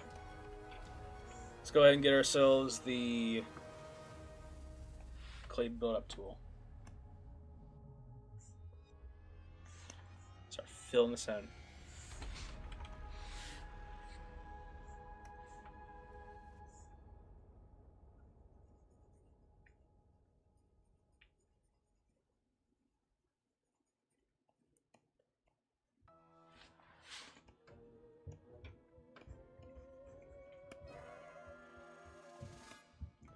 Alright.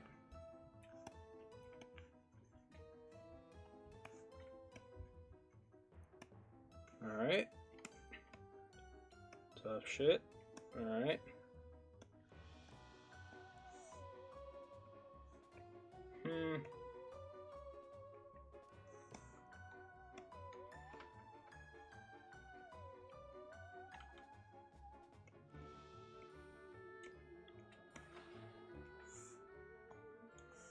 Let's see.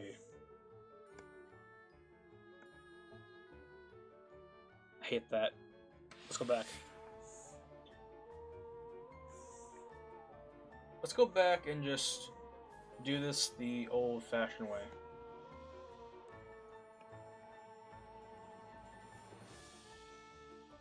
As in, we just simply do this one.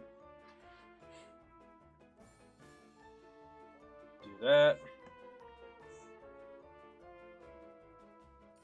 Delete high. Or delete low. And we just... Whoa. This how our creases, right? We do this. Yes, we do. Cool. Give me my bevel. Oh, no. Makes sense. Do it. Sweet. Now.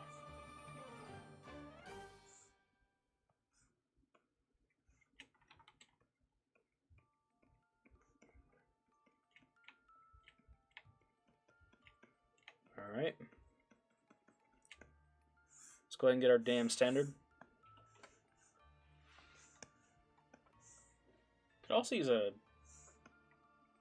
Is damn standard going to work for this? Or would be just the standard brush be best? Let's go. Let's try both out. I think it'd be a good idea. Nope. This Z sub. All right. A little bit less on that.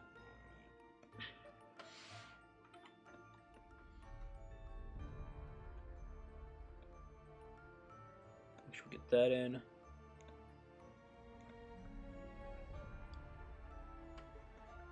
All right.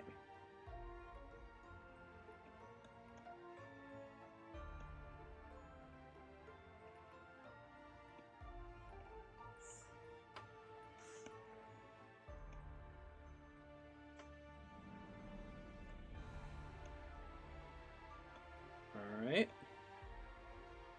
Get the arm down like that. Yes, sir. Now give me a... Whoops. Or curve. These brushes are perfect for the Sculptress Bro.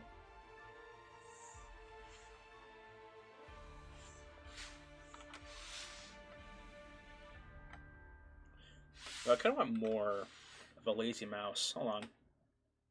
Stroke, lazy mouse. Give me more lazy step. I don't know, lazy step. Radius. That can go down.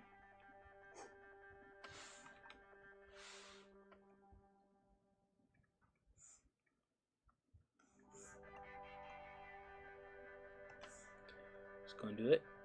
Go. Alright.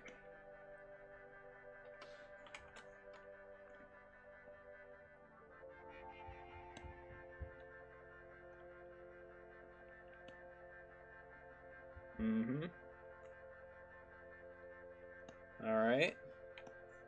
Let's go ahead and give this thing a nice little polish. I'm not considering doing the orb polish. The orb polish is like more, I want to say, polishy. I don't know.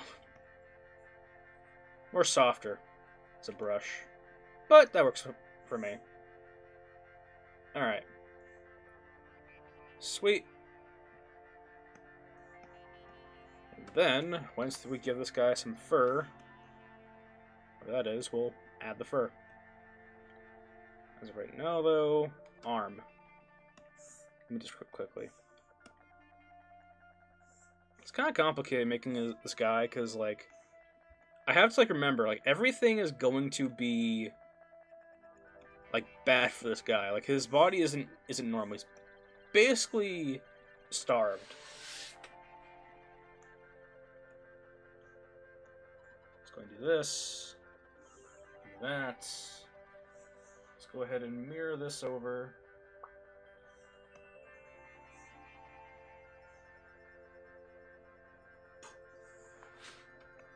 Alright. Boo, there he is. Let me test this out, actually. Let me go ahead and play with his arm quickly. Like a weird animal. Or a psychopath.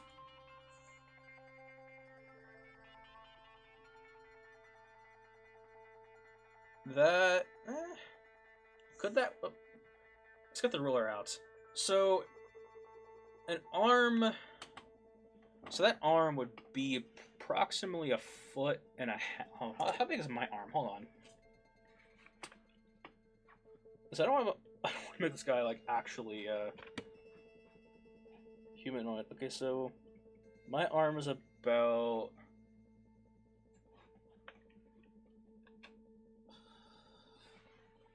1.5 feet. So let's say it's right around here. Screw that works. Works for me. What was it before?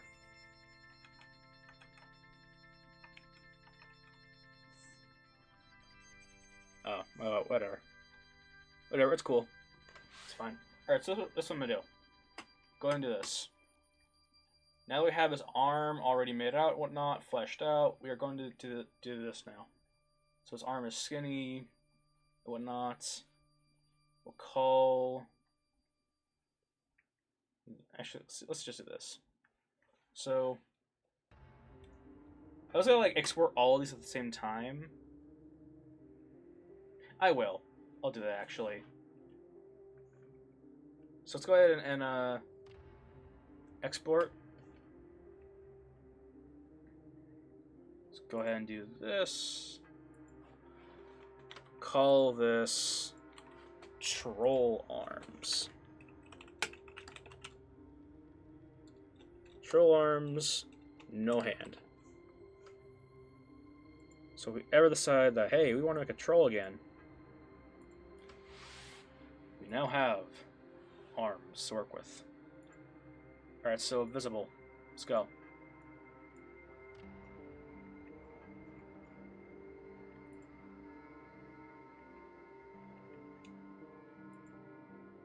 Alright. Good? I think so. Alright. Now we have that in order. Let's go ahead and throw these other arms into the resource pile. Including this chest.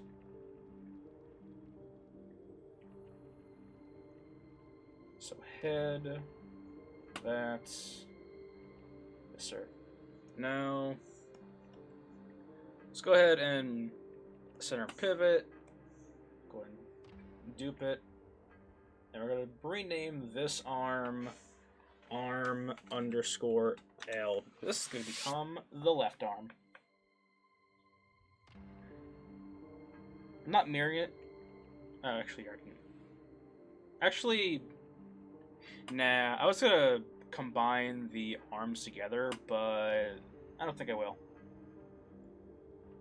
Because if I want to work on one arm, I'd much rather just have this other arm here for like reference, you know, just kind of like see what we have. But as of right now, I'm not too concerned about it. Having both the arms be one mesh. So let's go ahead and do this quickly. So we're gonna have to make some arms or hands for him.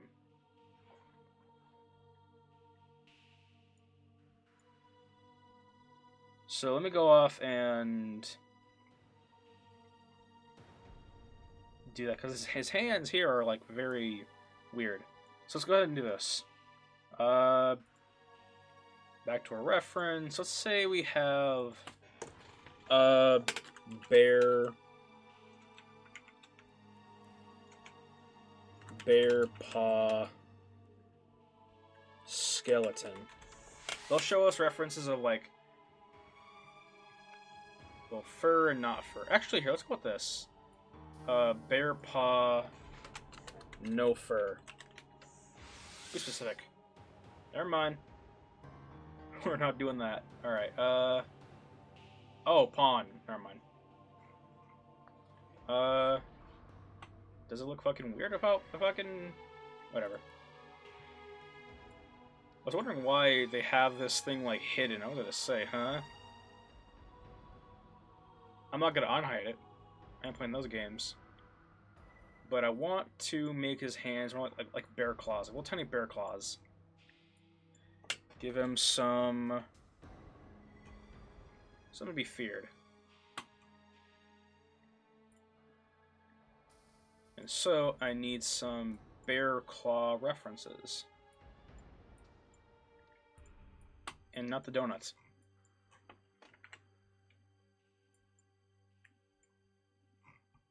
The pastry, hold on.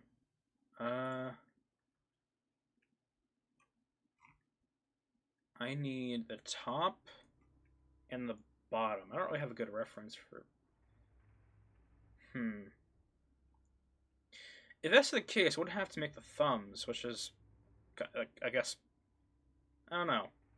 I will have to make thumbs, actually. Fuck it, whatever. Let's see here. Use this. Use that. Alright. Got our references and whatnot. Cool. Sweet. So, now, I am going to take his hand, or what will be his hand, and put it in here. Insert, take that in. Yes, sir. Reason being is because hands are complex. They're complicated pieces, basically. And so I would prefer to have a size reference, while also having the ability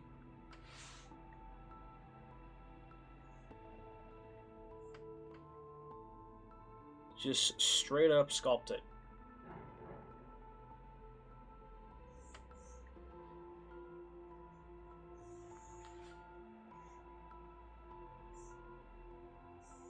In multiple parts, of course. So let's go ahead and let me go ahead and make the... Let's make it in parts. So let's go ahead and do this. Let's go ahead and make a spear. Oh. Spear. And go ahead and do this. Because we know for a fact that this is going to be something that'll take pieces to make. Modeling pieces to make. So let's go ahead and do this.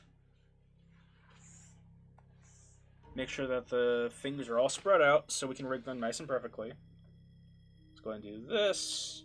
And let's go ahead and remove the side pieces right there and right there. Cool. Imagine as if this is our, I want to say, the pinky.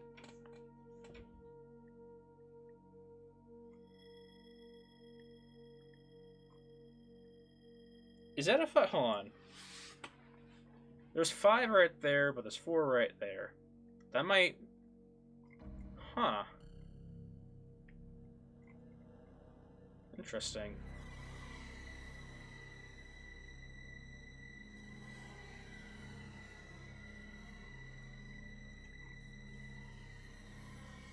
It must be the foot. It is a fucking foot, but like... Is there a real difference? Because this says 5, this says 4. We're going 5. We're going 5. Alright, so...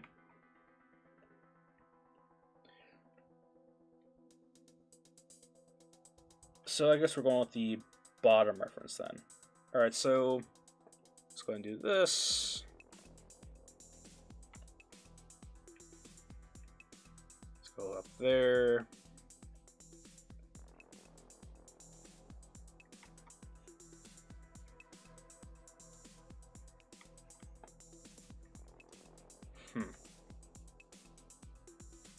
Alright. Oops, nope.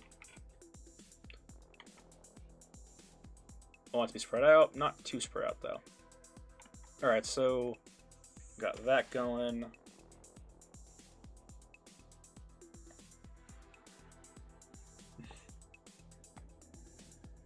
Let's go ahead and get our... Oops. Move the polish brush out and go ahead and do this. Bam. Bam. Bam. Even this out. The whole idea is that when it comes to rigging, you want to make everything, every part is going to be like its own mesh, its own individual moving part. You want it to be as far out from the rest as possible. And when it comes to sculpting, you definitely want to figure out where everything's gonna go. Because if all these like paws were like closed together, like a closed fist or something like that, or like closing your fingers together, that would lead to some problems. Gotta have those hands be eased and relaxed. Alright, so I'm gonna do this quickly.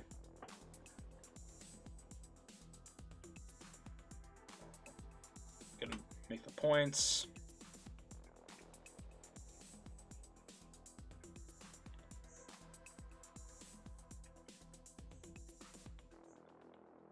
Alright.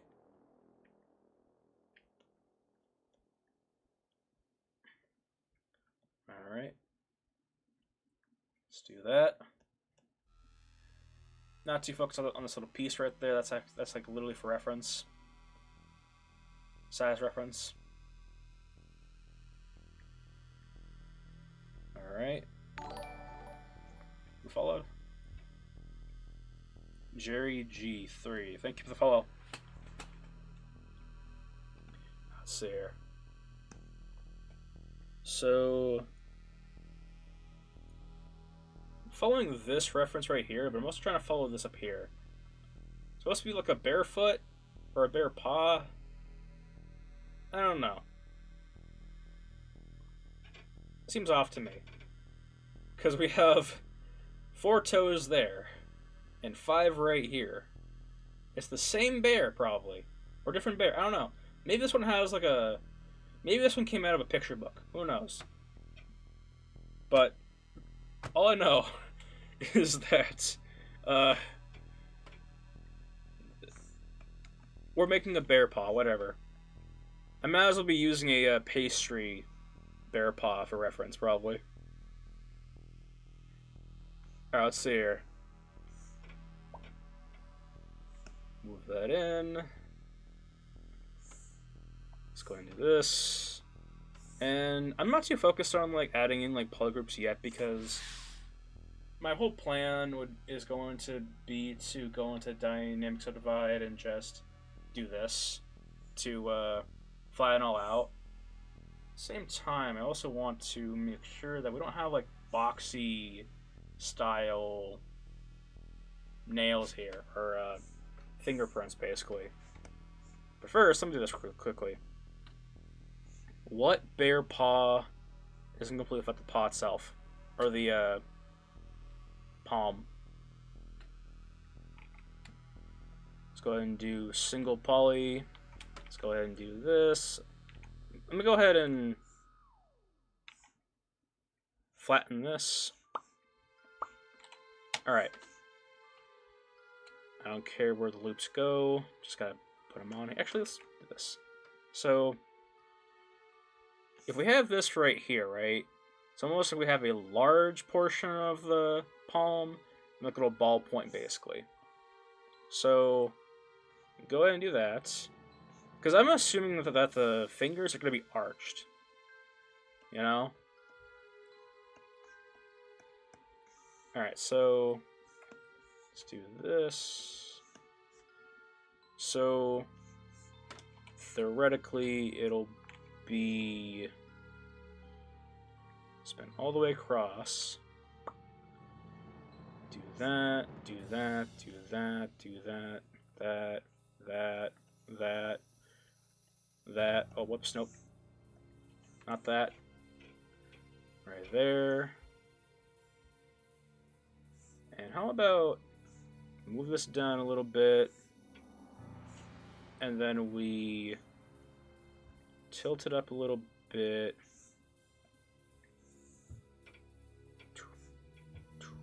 Alright. Let's go ahead and do this. Go ahead and make a save. I don't trust this thing not to crash. Alright. Let's go ahead and make this thing rounded at the end. Yes, sir. Alright, now. Let's go ahead and mask. Oh. Island mask. Invert. Go down. Whoops. Hold up.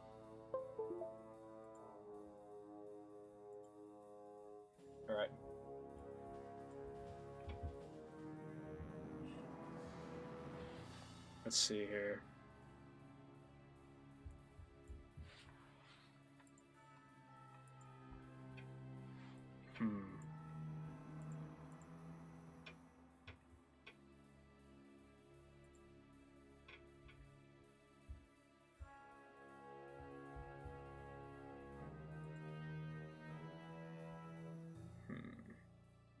I wonder.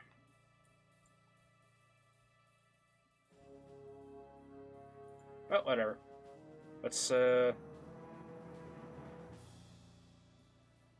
up here. Let me go ahead and organize my stuff here. So, tools. Nope. I want that to be over here. The reason why I'm trying to move my stuff around is because over here on this side specifically, the right side, that is like 2 feet down from my desk right now. It's like literally like call it that's the furthest thing from my peripheral vision, right? Over here is like the middle part, so I'm having all this over here now because I can't see it otherwise. In fact, let me go into this because I'm hardly even using any of these brushes, so any of this. So let's go ahead and move that over there, or not, whatever. Let's go ahead and do this. So let's go ahead and go down to deformation, invert, smooth.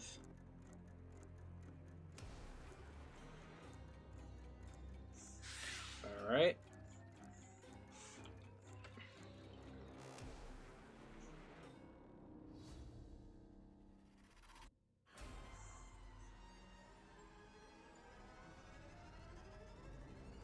All right. Let's go ahead and move this out. Move it down. All right. Now we move this so we can have the paws be super big.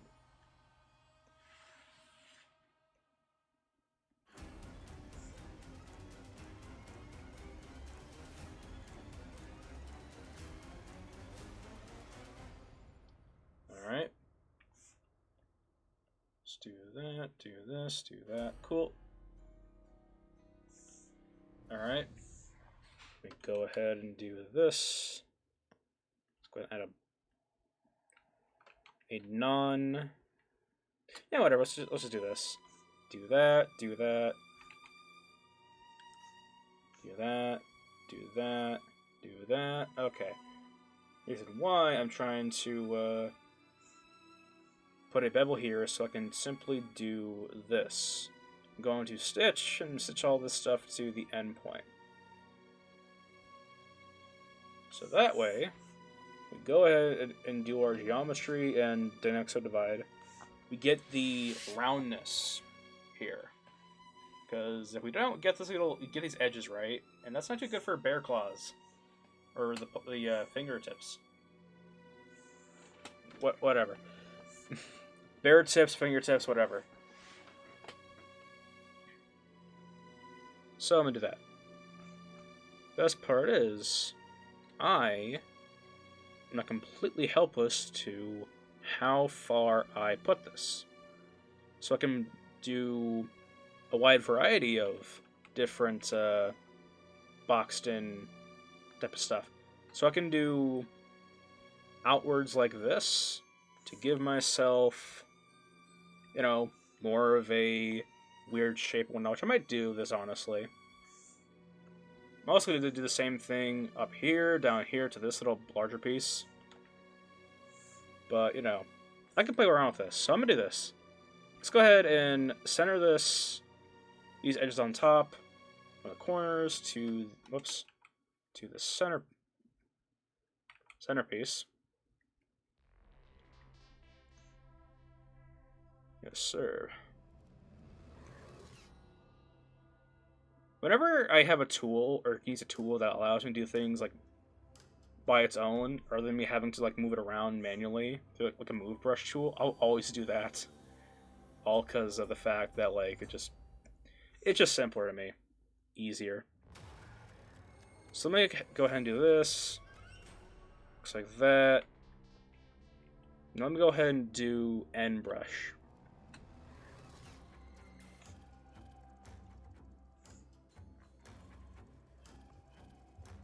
Nice.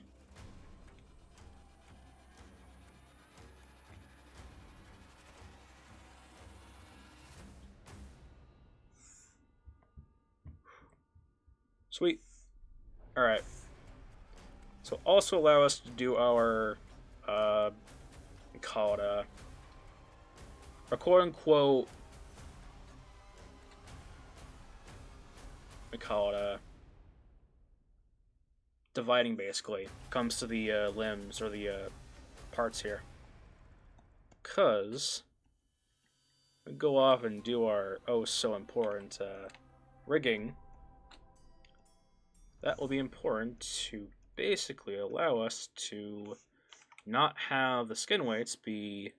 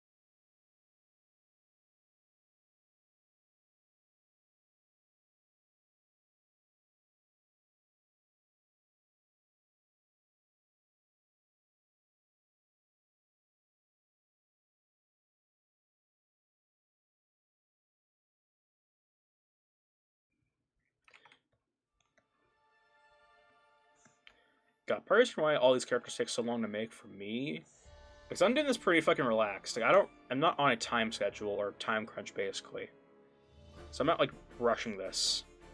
In fact, I feel like if I was rushing this, I'd be messing up so much.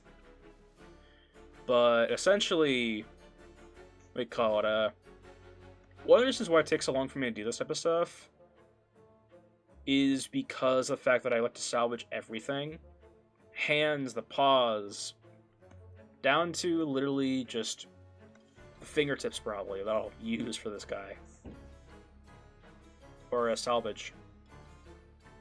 So, keep in mind, if y'all are thinking, oh man, it's taking so long, for you, it probably won't take as long if you're not trying to do this to the extent of what I'm trying to do. Because my extent will be different than yours. Meaning that you could probably make this bear or this troll so much faster than I am. But for me, I have a reason to be doing this so slow. Let's go and do island. Let's go ahead and put that down. Lower it. Turn it into a little ball form. Move it.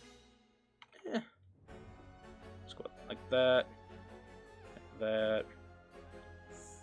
Mm-hmm. Monsters. God. Let's see here.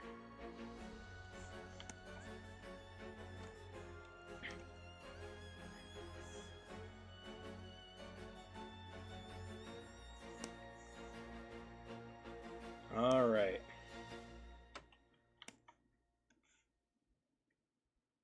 Looks fine to me.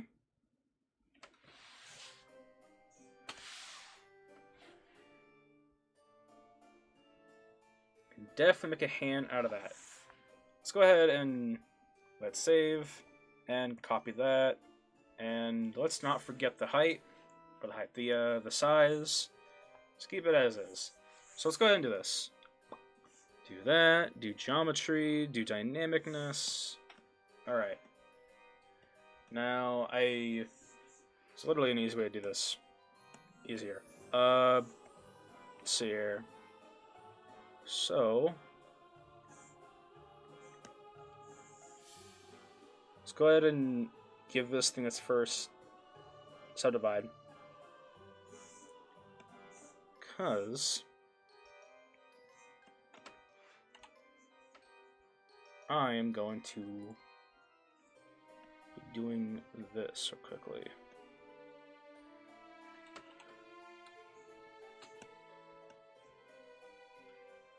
Q mesh, island.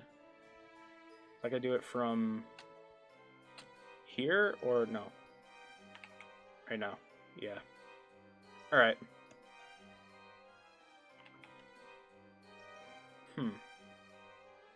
All right, never mind. Let's go ahead and go down with this. Go down to. Nah, I was gonna say we can go like double flip on, or double on this, or we can actually just flip. Whatever.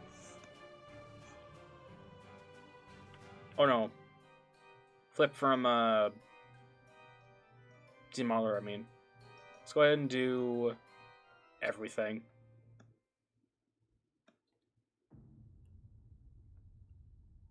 Then we can just simply do this.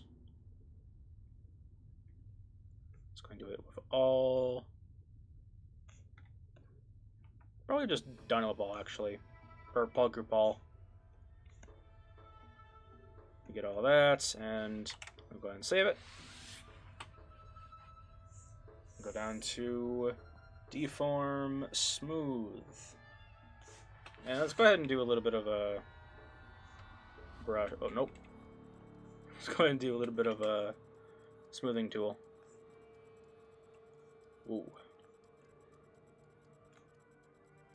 Yes, sir. Hold on. Okay, what the hell's going on here?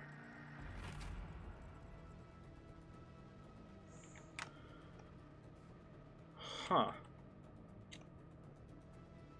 Interesting.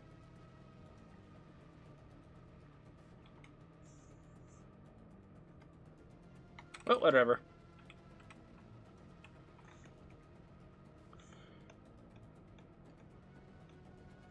I'll just do this my own way. Flip.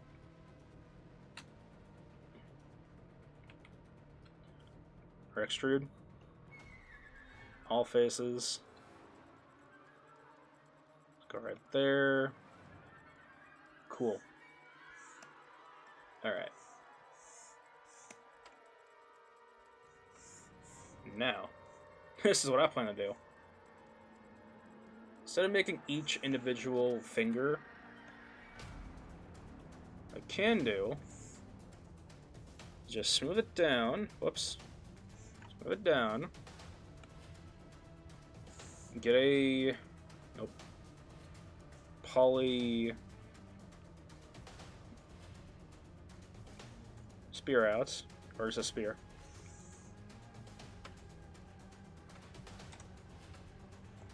All right. Move my reference to the side here so I have full screen. All right. Let me see what's in front. All right. Let's go ahead and take this poly spear or this spear down to half. I don't give a shit how the topology works. I'm going to be using on the Sculptus Pro anyway, so let's go ahead and do half. Do it. Cool. That's good. That's good. Let's just put on symmetry and then do it. There we go. Awesome. So, yes, sir. There is no reason to have this thing be subdivided because it's a fucking hand. So let's go ahead and just do this real quickly. So let's go ahead and get our snake tool out, crease that thing up, hit that, and let's just move this down here. Now, I was gonna make the pause like slowly, like one finger at a time, basically, as in like extrude it out and make some Q meshes to extend the hands out. But I think this will work a lot better for what it's trying to do. So I'm gonna go ahead and we're gonna test this out together. We're gonna put this right there. Close. Oh nope. Close it off.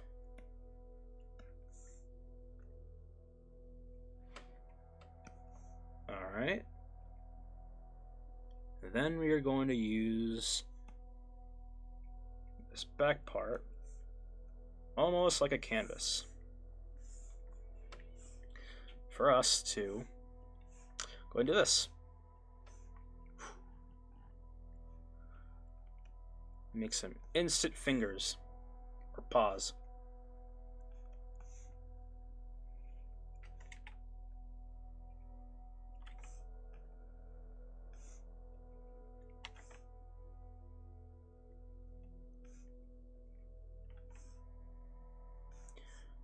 All right. Nope.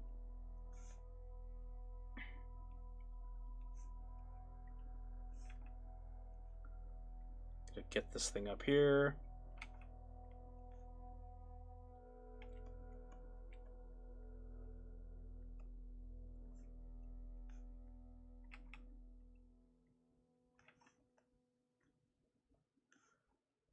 Move it up. The whole idea is that we will be able to basically modify this thing down to having actual fingers, spread fingers that have like segments in between.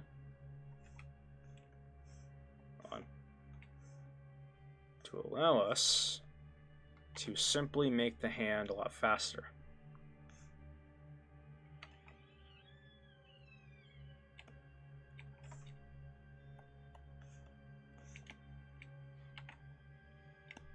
It may look messy now, but just wait. Let's go ahead and give this thing a zero mesh.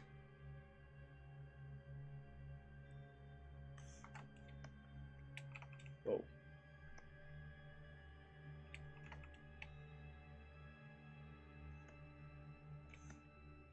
Huh.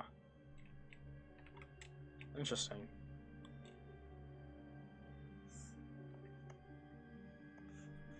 Oh, whatever.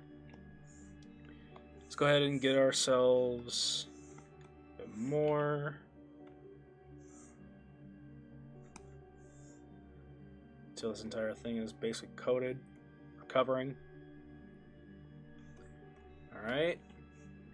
Move it in a little bit. Let's go ahead and do the snake hook. Push her in. Push in, push in. It's almost gonna be like we're cutting the segments of it, basically. Almost like we're taking it, we're making the hand and cutting it, the fingers by scissors, basically. Because if you notice here, you know, the indentation, I don't want this to be Tomas Hut. Hey. Hey. Let's see. So basically, let's see. So if you notice, right around here, we have an indentation. That's important. We want that because you'll be able to rig this thing up. Hey, Nitty Moss, how's it going?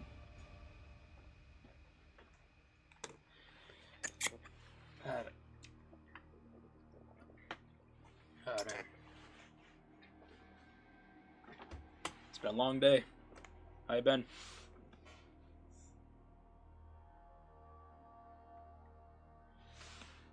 Let's see.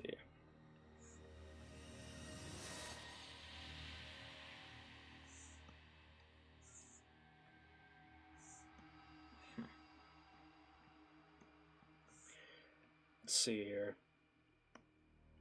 So anyway, let's go ahead and get this up here. So it's important that we have this bottom bar here, like caved in, so that we can at least have this thing be call it oh yeah, taking good care of myself. Lots of sleep, lots of work. Yeah. Let's see here. I'm gonna single this thing out quickly. Single it out, and let's go ahead and do a pull up. Alright, so basically, the whole idea is that we are basically kind of just making a hand. Imagine this a piece of paper, right? And we are basically just going to make the hand, just cut it out basically. Imagine being able to just cut out a hand out of a piece of paper and all of a sudden it's just made. That's basically the process here.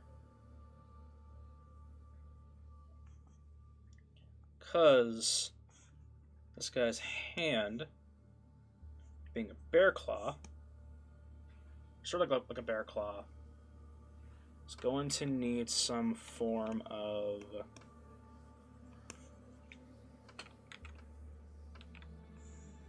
call it a limitation. Let's see. Let's do that. Let's do this. Alright. Let's go ahead and get the snake tool out.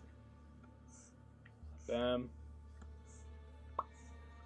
Let's do that. Put it right there. It looks like a giant ass glob, but trust me, I got this.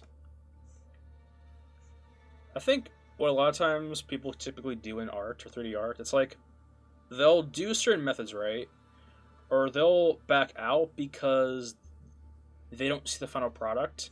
I feel like if you know what you're doing and you know the method, you know, you shouldn't like be scared to do it, you know?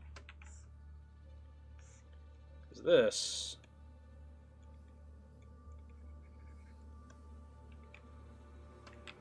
although complicated, I have done before in the past. It's done some wonders. It's basically making a hand, but faster. Right, take me to my apology. Alright. Let's go into this. Push that in, push that in, push that out. Let's do this.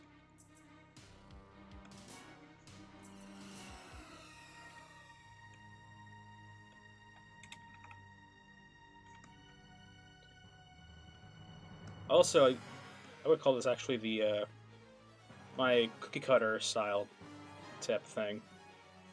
Is you basically are, that's what you're doing basically. You're basically just making a cookie cutter. Cookie cutter and just bending in the shape.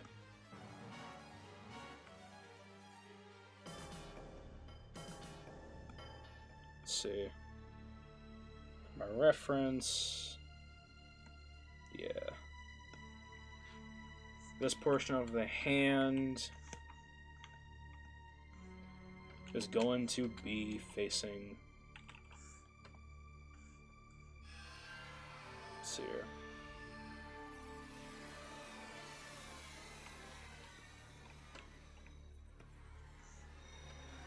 portion of the hand is going to be facing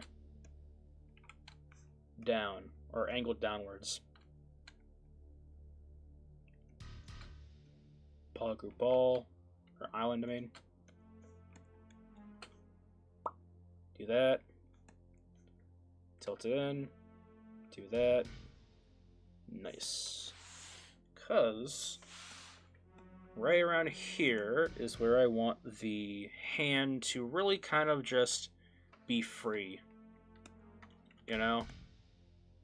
As if this monster's main goal or main objective or specialty is to literally have more grip. Grip strength, basically. Alright.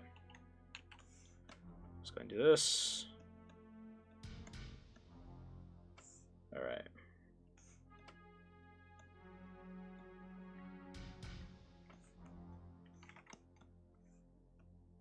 Alright. Let's go ahead and do clay buildup.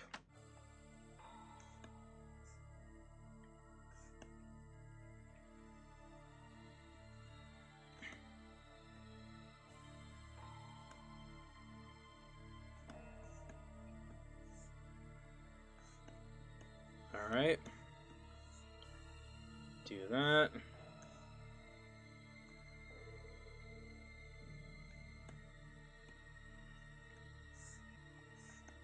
Do this.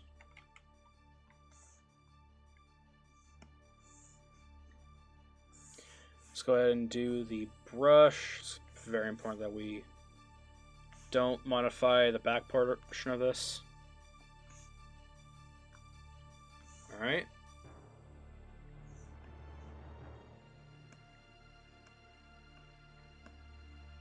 Yeah. Alright. It's fine.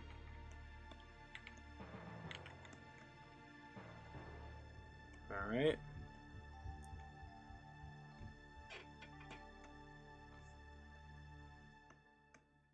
Then we just move this stuff upwards. Alright. Start working on fingertips. Now they have all this stuff covered up. As long as everything is basically like it has some sort of connection to one of these finger paws or fingerprints, should be fine. Now we can literally just beat this thing up until it looks like a hand or a palm.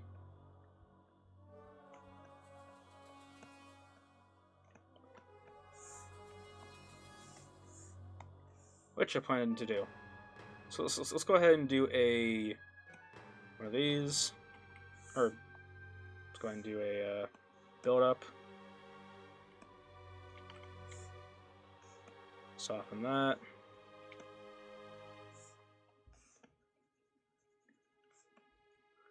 Do more. Yes, sir.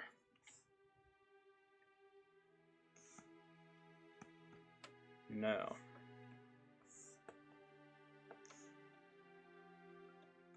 Let's do that. Let's go ahead and do... Nope. Nope. Switch. Let's do standard. Subdivide. And then turn this thing off so we can actually see what we're doing.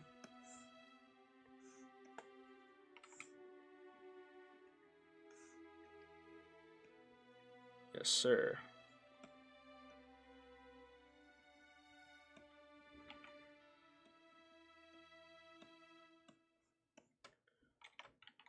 Now the whole idea, or the whole benefit of having the zero mesher tool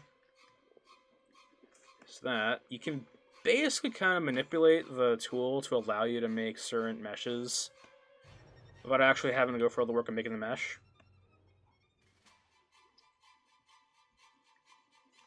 So if I do this, right? If I'm like, I want to do some... Skip. Indentation here.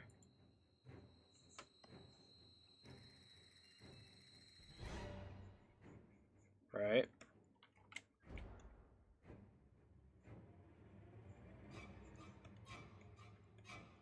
This all looks pretty ugly right now, but if I do the zero mesher, I can basically lower it down by however much I need to.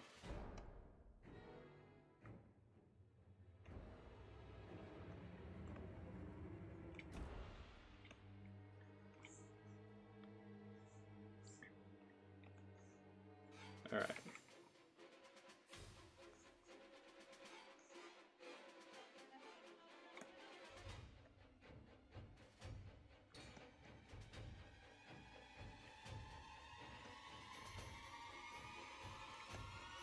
Alright.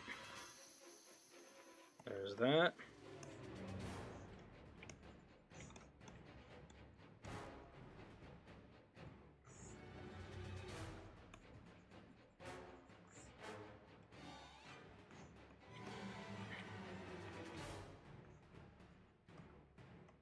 Let's do this. Let's do that.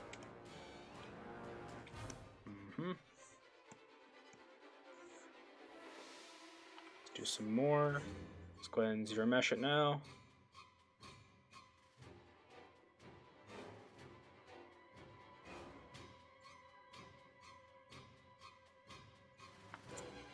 Wait for it.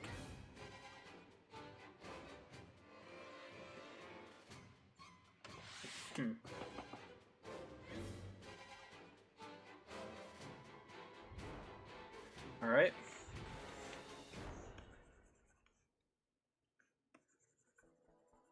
Let's go ahead and smooth up. Smooth this. Smooth that. Smooth this. Smooth that. Let's do it again. Let's go ahead and do the clay buildup tool like we already have, and do it again. This time without the digging into the polygons.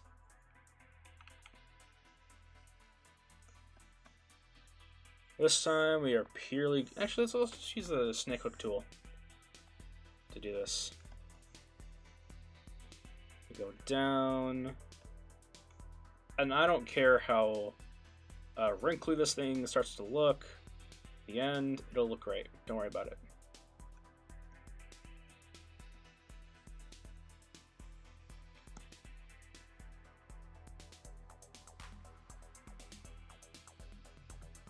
All that matters is that we do get it down to a desirable level for the fingers.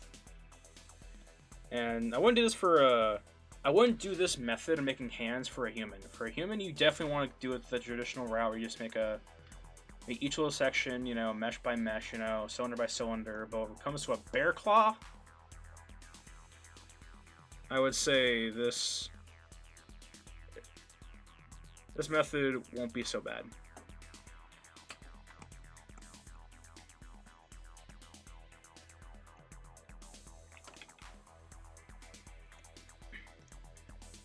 Don't be hesitant to I wouldn't be hesitant to go ahead and I don't know. For doing this method, I would try and keep off smoothing, because that might ruin the overall detail work, or it might make everything just like go back to the way it was, or put you in a circle.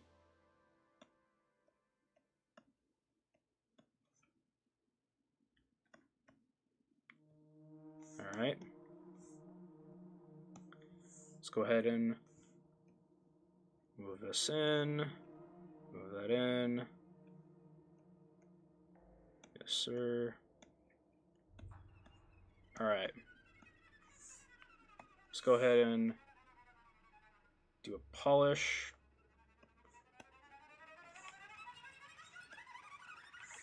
Too much polish. Keep on forgetting that, like, Orb Extreme Polish is like literally set to a certain amount. But you can't change the intensity.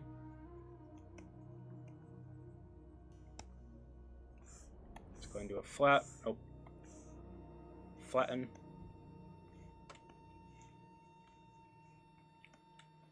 Let's do it. Yes, sir.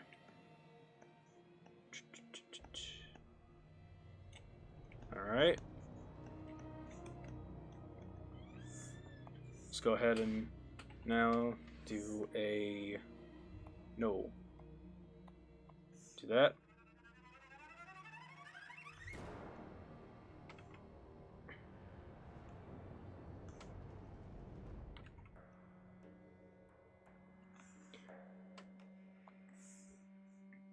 Let's go ahead and do dynamic or damage centered.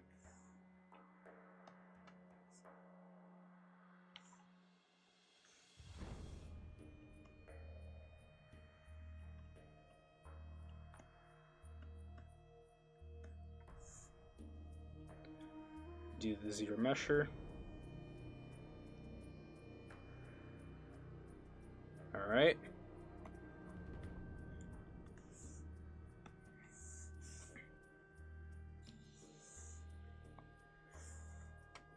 All right. Snake hook tool.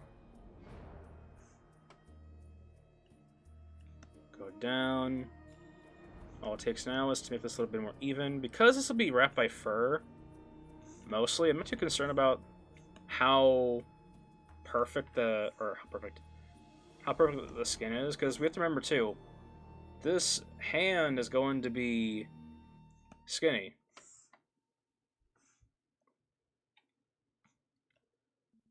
Because the creature is starving.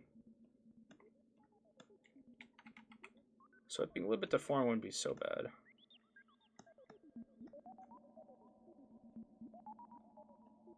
Alright. Let's go and do clay.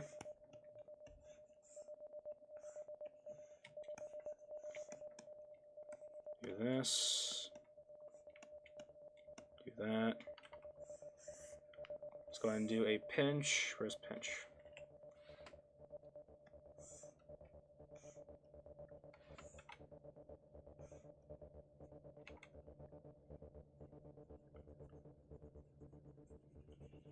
Alright.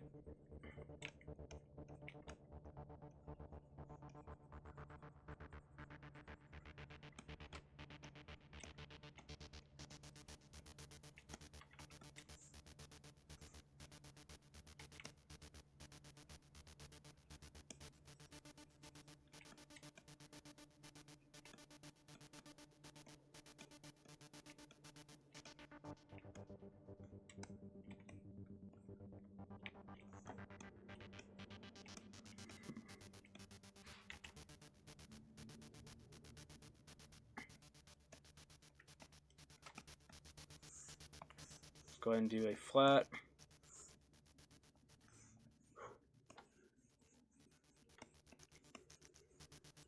Go to the back here.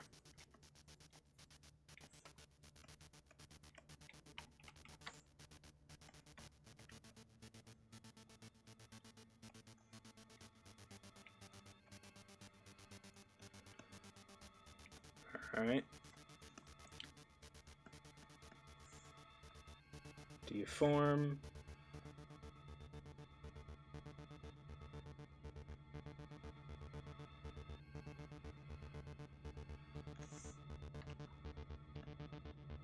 Alright. Now, let's go ahead and flatten the tips here.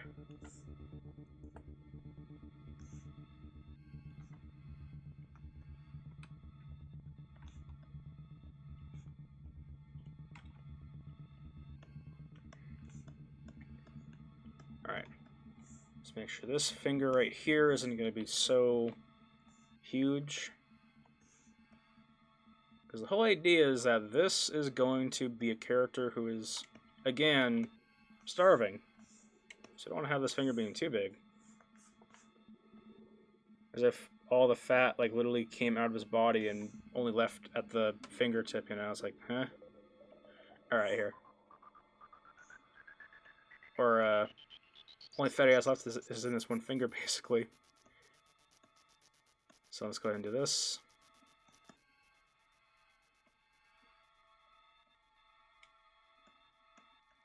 Again, it doesn't matter how we do this or how we get the fingertips to be part of the hand, as long as it is. That's all that matters.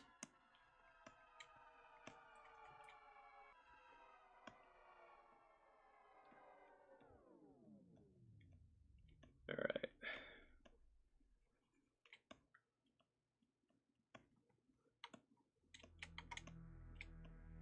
Alright.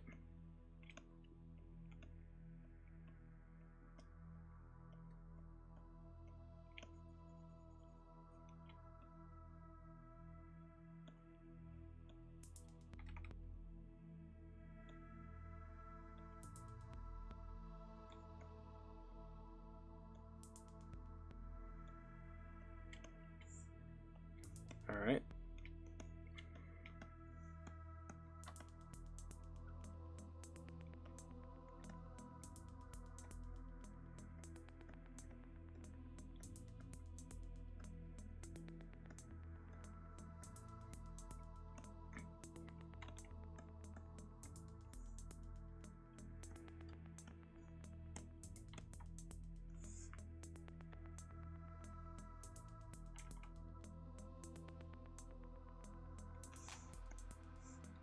It's also kind of I have to think about too when it comes to making this monster is that the fur is going to be coming in last too.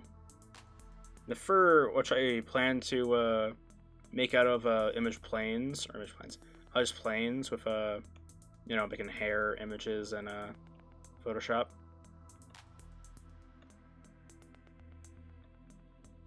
I suppose like as atlases for brushes and whatnot and Substance Painter.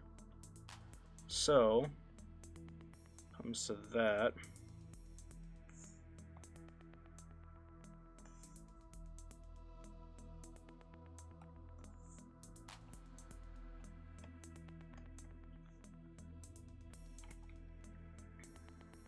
I have to keep in mind that, you know, when it comes to the hair, I'm not gonna be able to see it until the very end.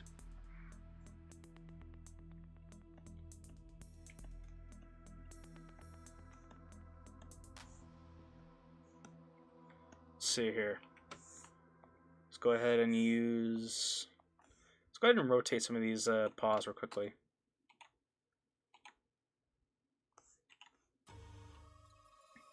Let's go ahead and Mask Island. Go ahead and do this. It's gonna be easier to just do this, won't it?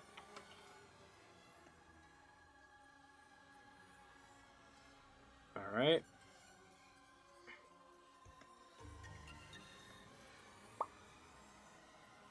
Tuck it in.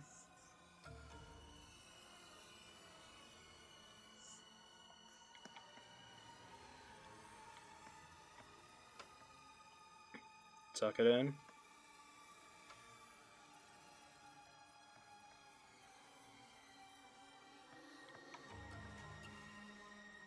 Alright. The same thing here.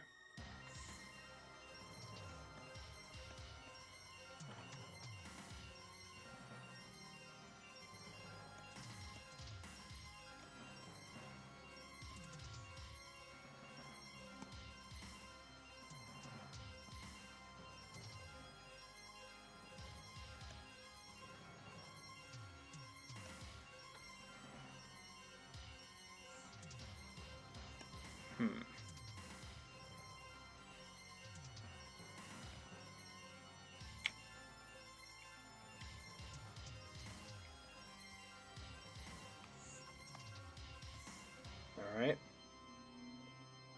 Let's do this.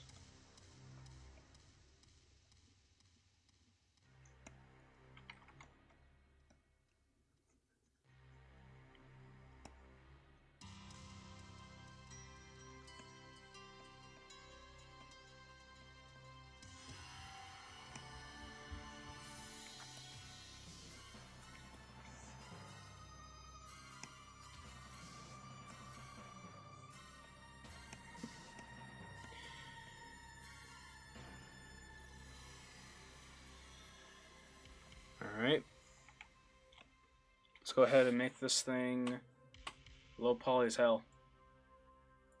Because then be able to modify this easier. Go down, go down, go down. I want the lowest amount of polygons possible for this thing. Cool. That works for me. Alright. So now, so let me explain what the hell I just did. Alright? Because it might have been confusing. So basically, some people like to use the method of low to high. They sculpt from low to get to the high. And it's done, right?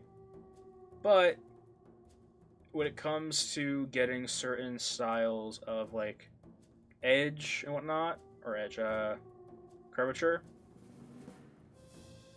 you can pretty much have ZBrush do all that stuff for you if you literally start from high and lower it down to low. Oh, look at this. Now we have the edge and other stuff, or the fluency of the edge, going right down here, right beyond the thumb, right over here, right between the fingers, and over here next to the pinky. And now the polygons are at a very lovely size, to where we can actually modify this more freely. Simple. The more we modify, the easier and more fluent it becomes. Simple as that. So now, yeah, which is why I wasn't really doing a lot of detail work with the actual hand, because I mean, goddamn, if you're gonna do any sort of detail work on your model, zero measure is the last thing you want to do. You know, like, this ain't worth it. All right, so let's go ahead and do this now. So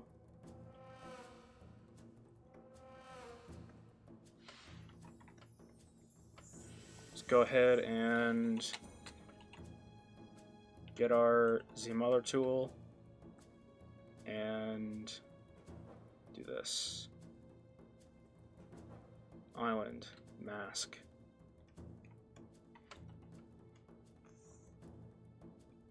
Go ahead and go in.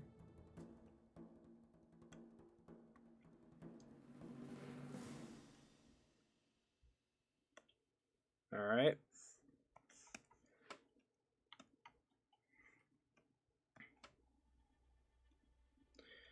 I'll be sure to finish this hand out, the modeling portion, before I end the stream.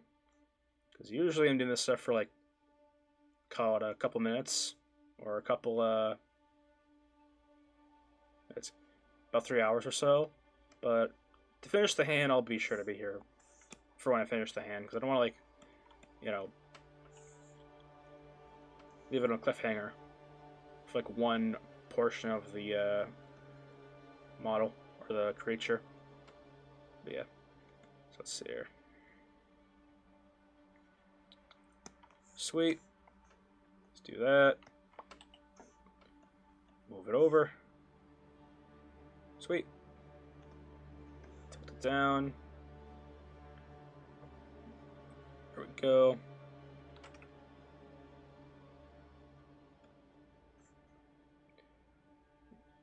Bar down. Sweet.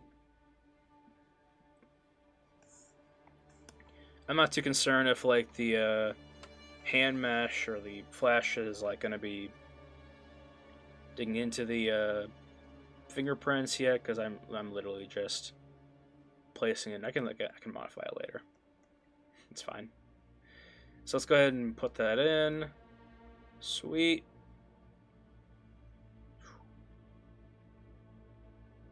There we go. Like so. Cadabra. Let's go ahead and modify this.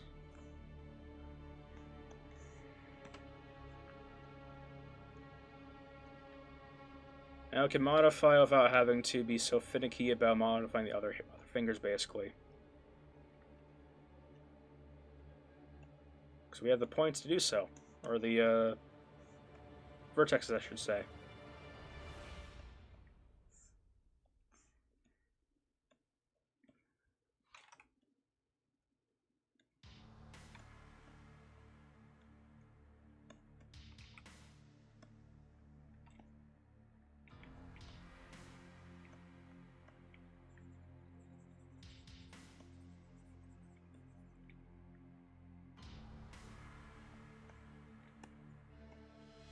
Alright.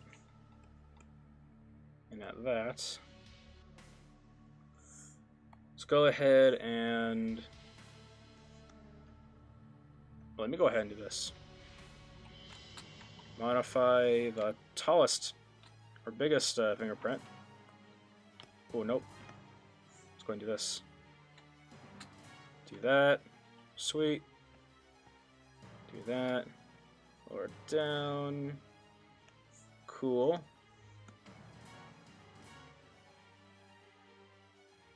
Erosion button. I don't know.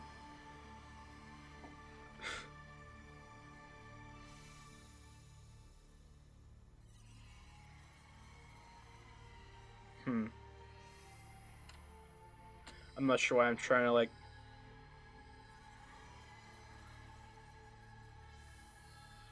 Whatever. Let's see here. Let's do this. Nice. Titan, welcome to the stream. Hope you like it here. So, oh yes, that's right. Didn't go over the shtick. The shtick of my stream is basically my intro. So, the concept of this trailer, rawr, scared me. So basically, the concept of this entire stream, or this entire channel, really, and 3 Sandwich, I guess brand, really, is that I am working on a project that no one else knows about. And teach me, expert. Yeah. So basically, working on a project that no one else knows about, basically, right? And that project is secret. But I'm okay with modeling the assets for that project here, basically, right? And so, whoops. And so, here lies the gimmick of my channel. I know what I'm working on, but y'all don't.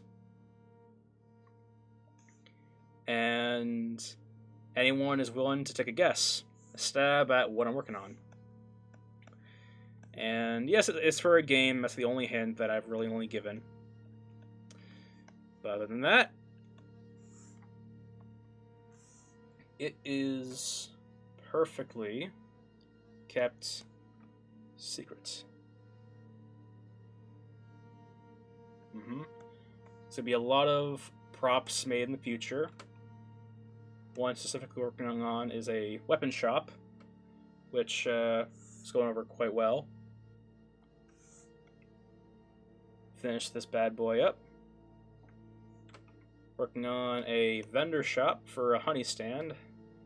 It's gonna be pretty cool. But as of right now, working on a creature of the night, or forest, I mean.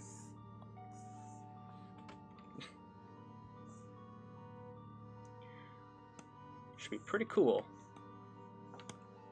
But yes. If people want to theorize on what I'm working on, that's the whole point of this channel.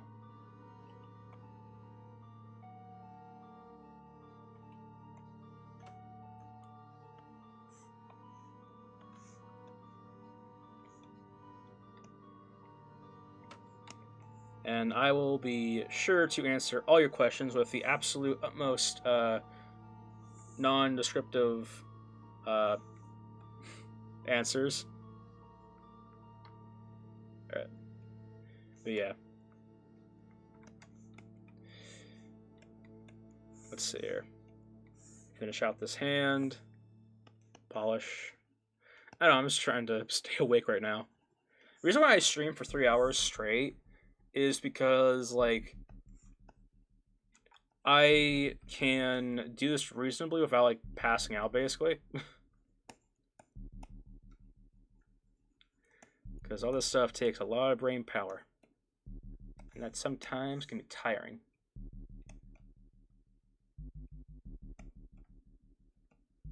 Alright, so let's go with this. So, the handle, mid, and whatnot, fingers. Let's go ahead and give ourselves our crease tool. Or, our crease. Z modeler. And let's go ahead and give ourselves a nice tiny. Well, that. Alright. Now let's go ahead and modify the apology again. The whole idea is I want to get this to a point where I can really just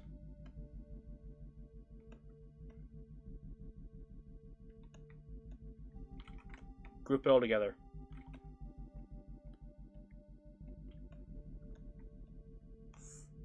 Alright, so I also need to be bony. That makes sense. So let's go ahead and do that. So reference. Alright.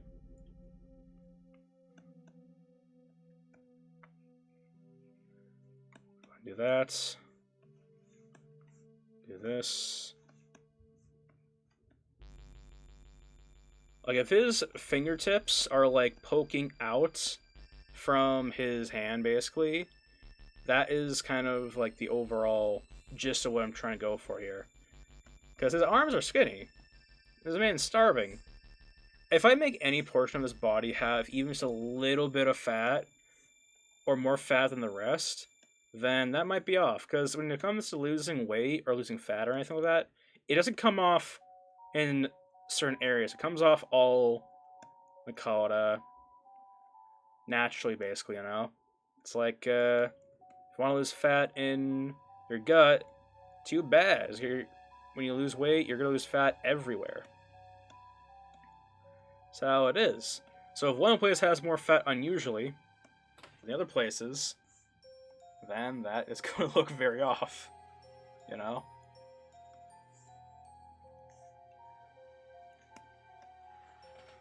So if the edges here of the fingerprints are sticking out, personally, that's fine. If I can do this quickly. Let's go ahead and give this thing another subdivide. Bam, bam, cool. There we go. So now, do this.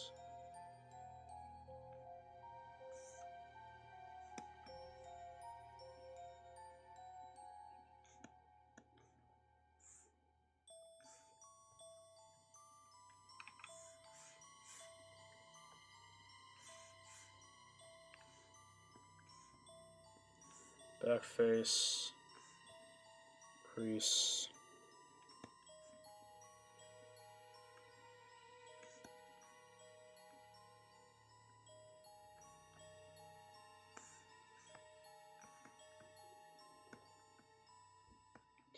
Also, remember too, this is not a person's hand, so it can't like really be. We call it like human-like. Keep on. When it comes to like me and my character models, human-wise, it's easy because like you know, and there's like tons of references and whatnot. But when it comes to a monster, it's like it's so you want to be absolutely unique with it, you know, because like you know it's a monster. It's like he's unordinary, he's special. So let's go with this clay.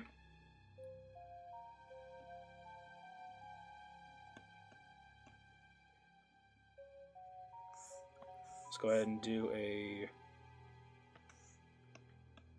Nope. Let's go ahead and do a move elastic.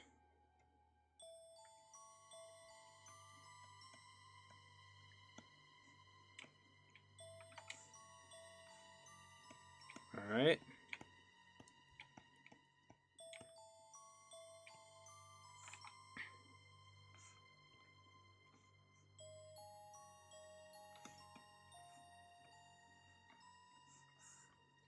Alright.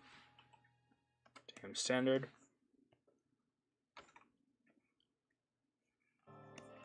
Alright.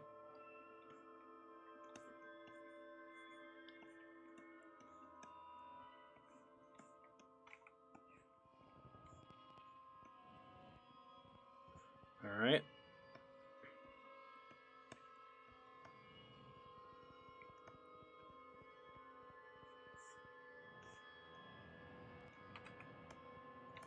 Now, let's go ahead and... Oh no, just adapt. I need to go fancy with this anymore. Alright.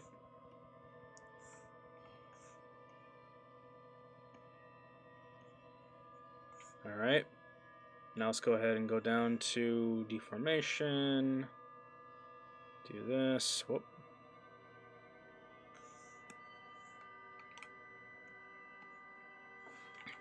And then move down. Nope, I want wood apology.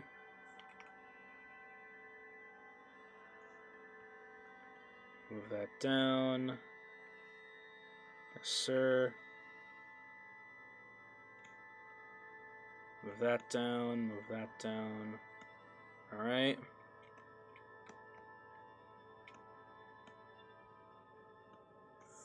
Alright, now where is my magnify tool? There it is. Not so big.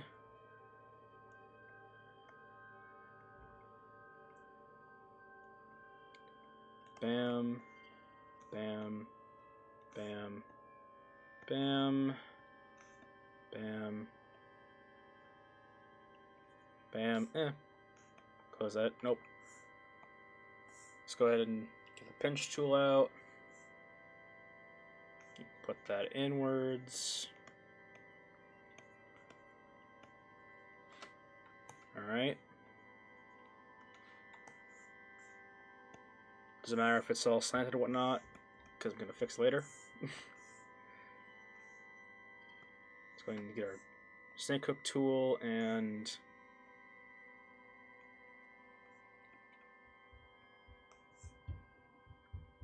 work on this. Smooth out the topology.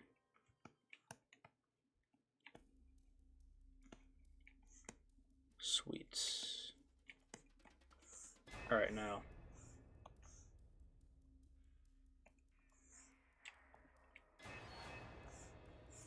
Let's go brush, or back face.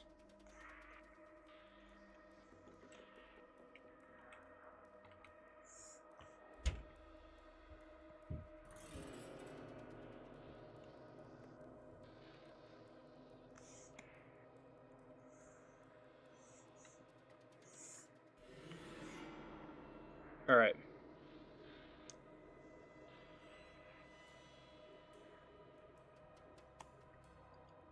Let's go magnify once again.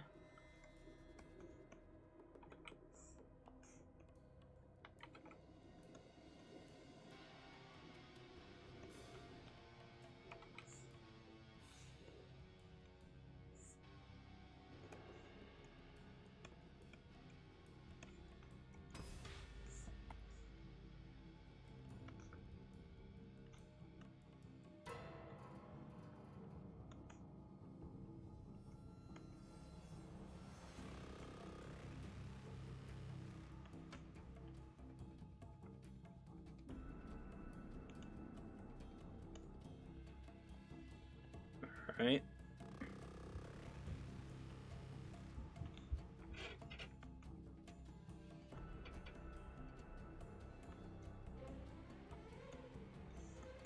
There we go.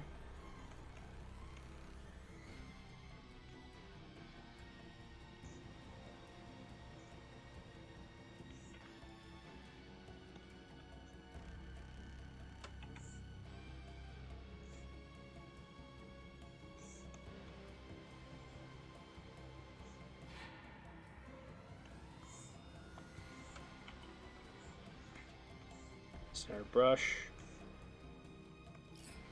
Move that inwards.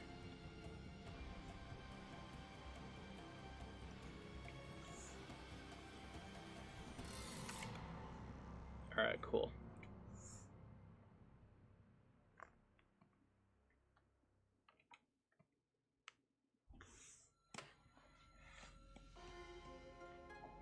Now, let's go ahead and get this on a Z-modeler. Let's go ahead and get this on a curvature, or a curvature crease. Let's go ahead and increase, or we know we're going to put on a bevel. Ooh. Plus, put this on a blinding NPSR.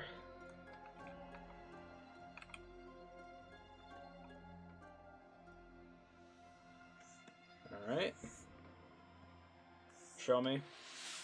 Do it. Better, yeah, let's go ahead and do this actually.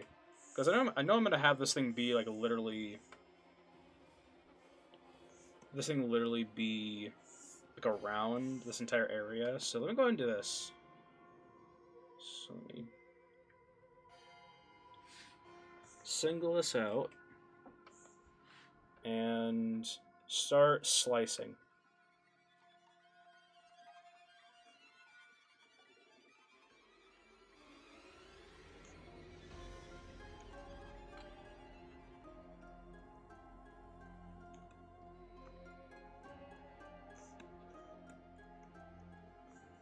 Alright, then right here, the crease will also continue.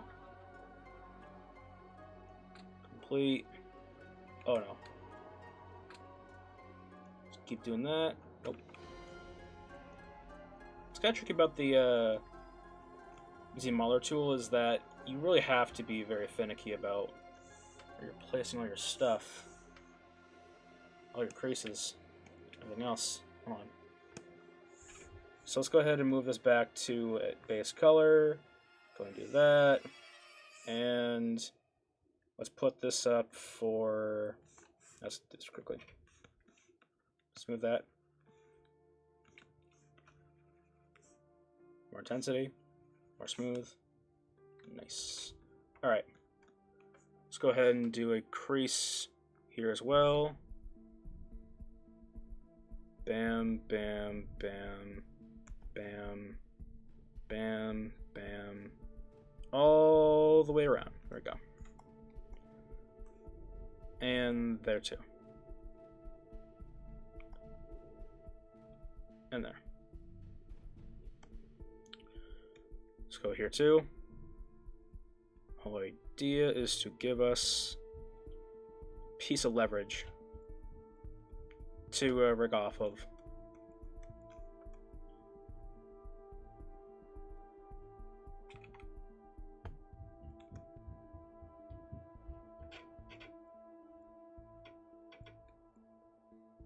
Alright.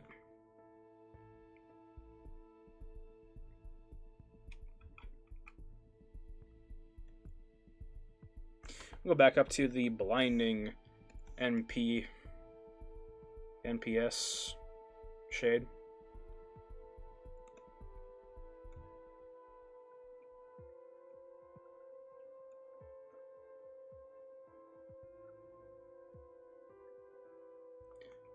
Alright.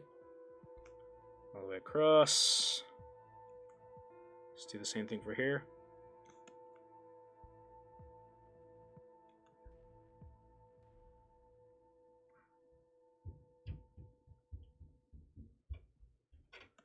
Alright. Now, if we go ahead and take our... I'm going to go ahead and use the Move Topology tool and move this down. Now we have...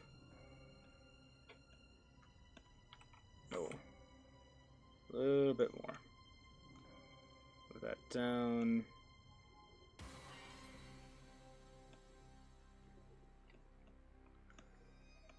Be able to have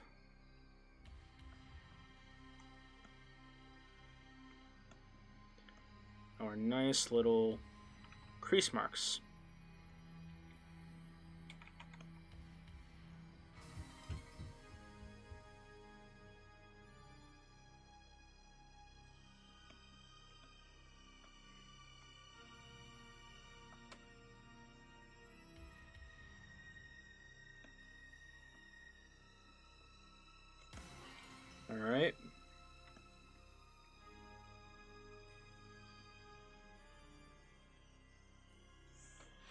if we decide to do a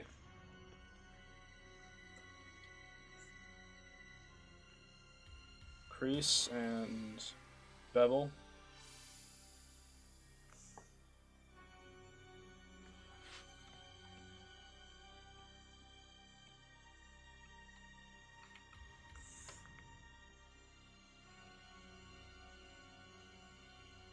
Do this. Alright. Now let's go ahead and do this.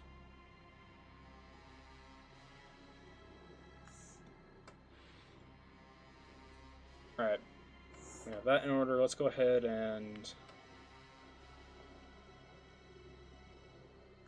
modify this. Alright. Merge down.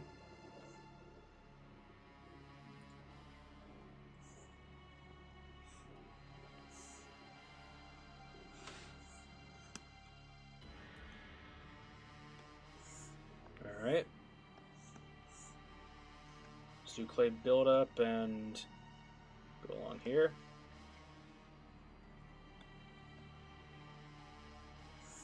Let's go ahead and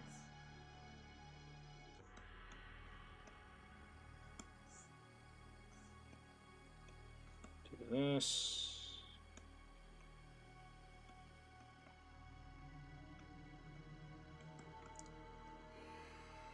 Alright.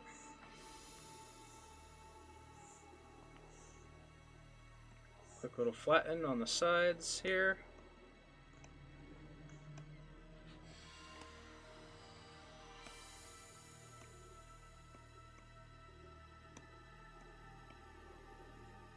Alright.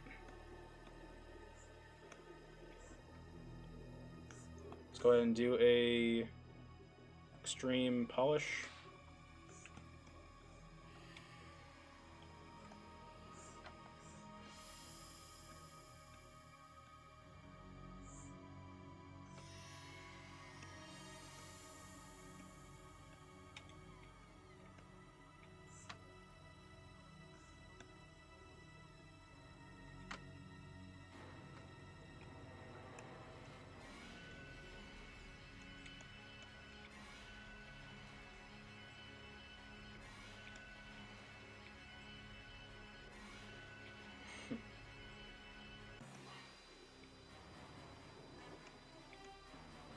Alright.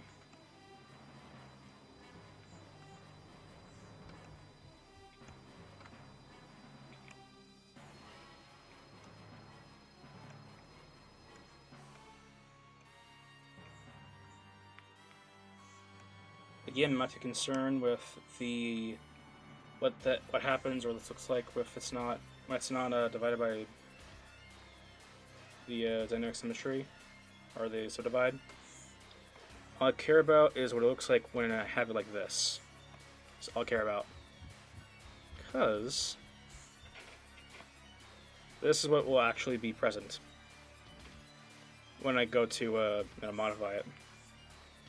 So I'll go and do this.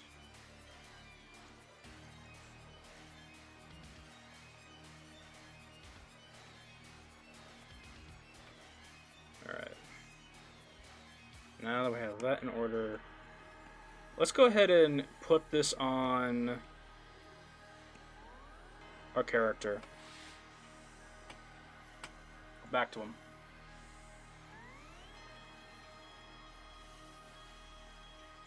Move this, actually, it's already, whatever. Keep it on there. So inserts, let's go hand. Alright. Put the point on the base of the hand. Hand was going to be like this, like that.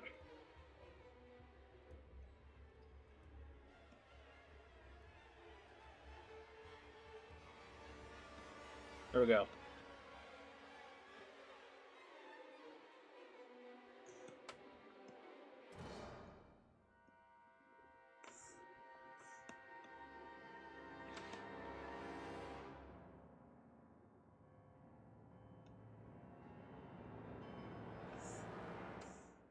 Alright.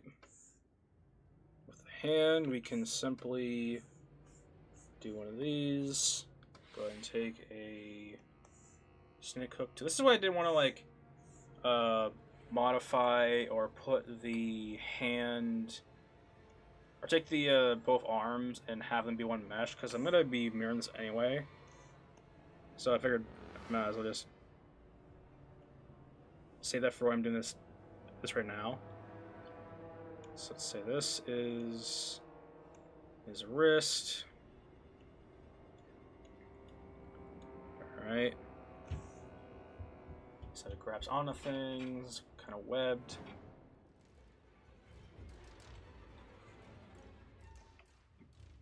Let's see here. All right.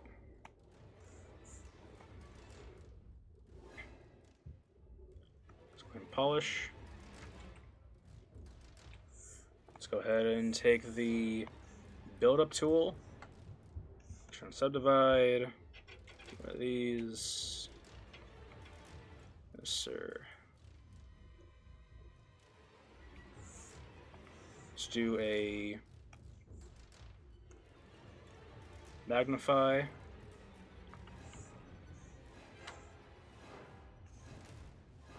Alright, whoops, nope. Not that big. Alright. Sweet. Let's go ahead and get our center brush in. Do that. Nope. Not that big. Alright.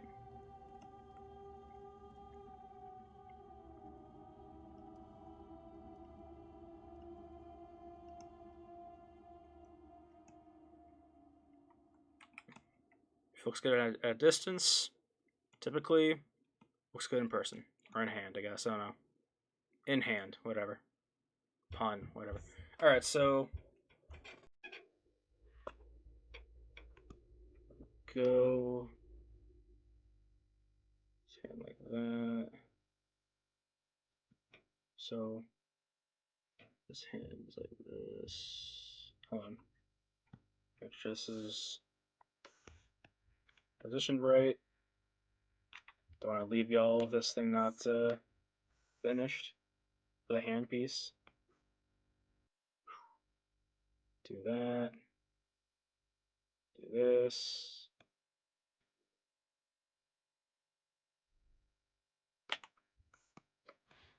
There we go.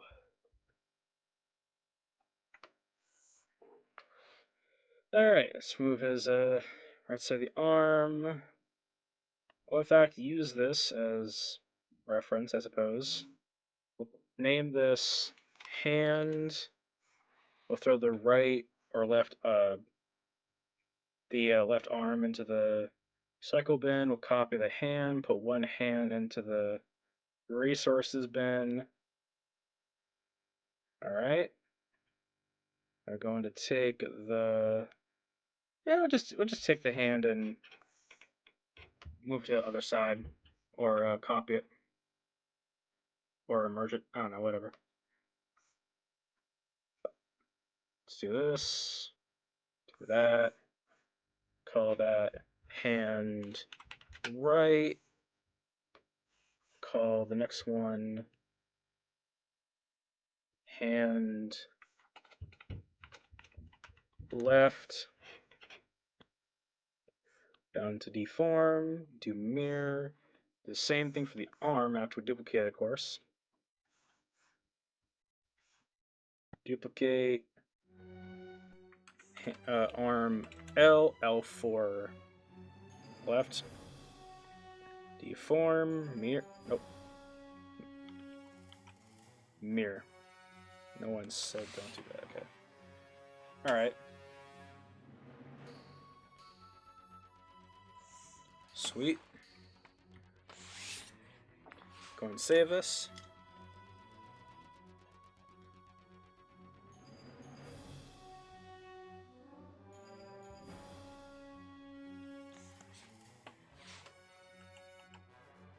Sweet.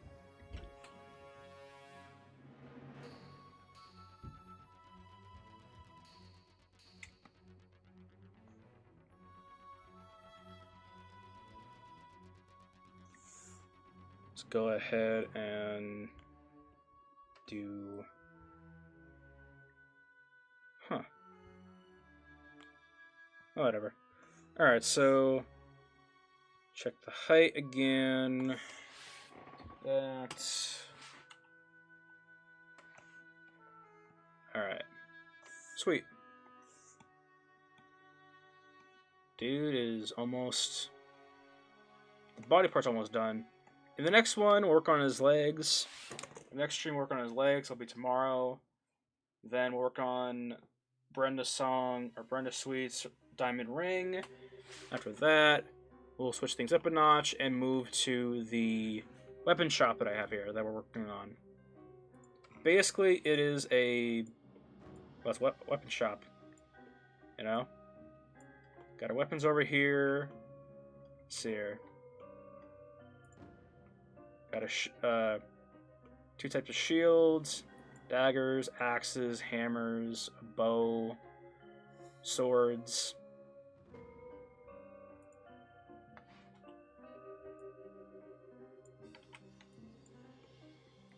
It's gonna be cool. Some nice blades for us to work on next.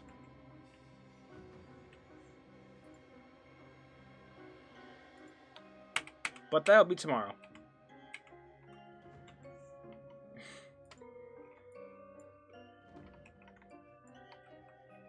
Till then, hope everyone had a good time here. Thank you to everyone who stuck around. Thank you to everyone who followed. Thank you to everyone who follows in the future.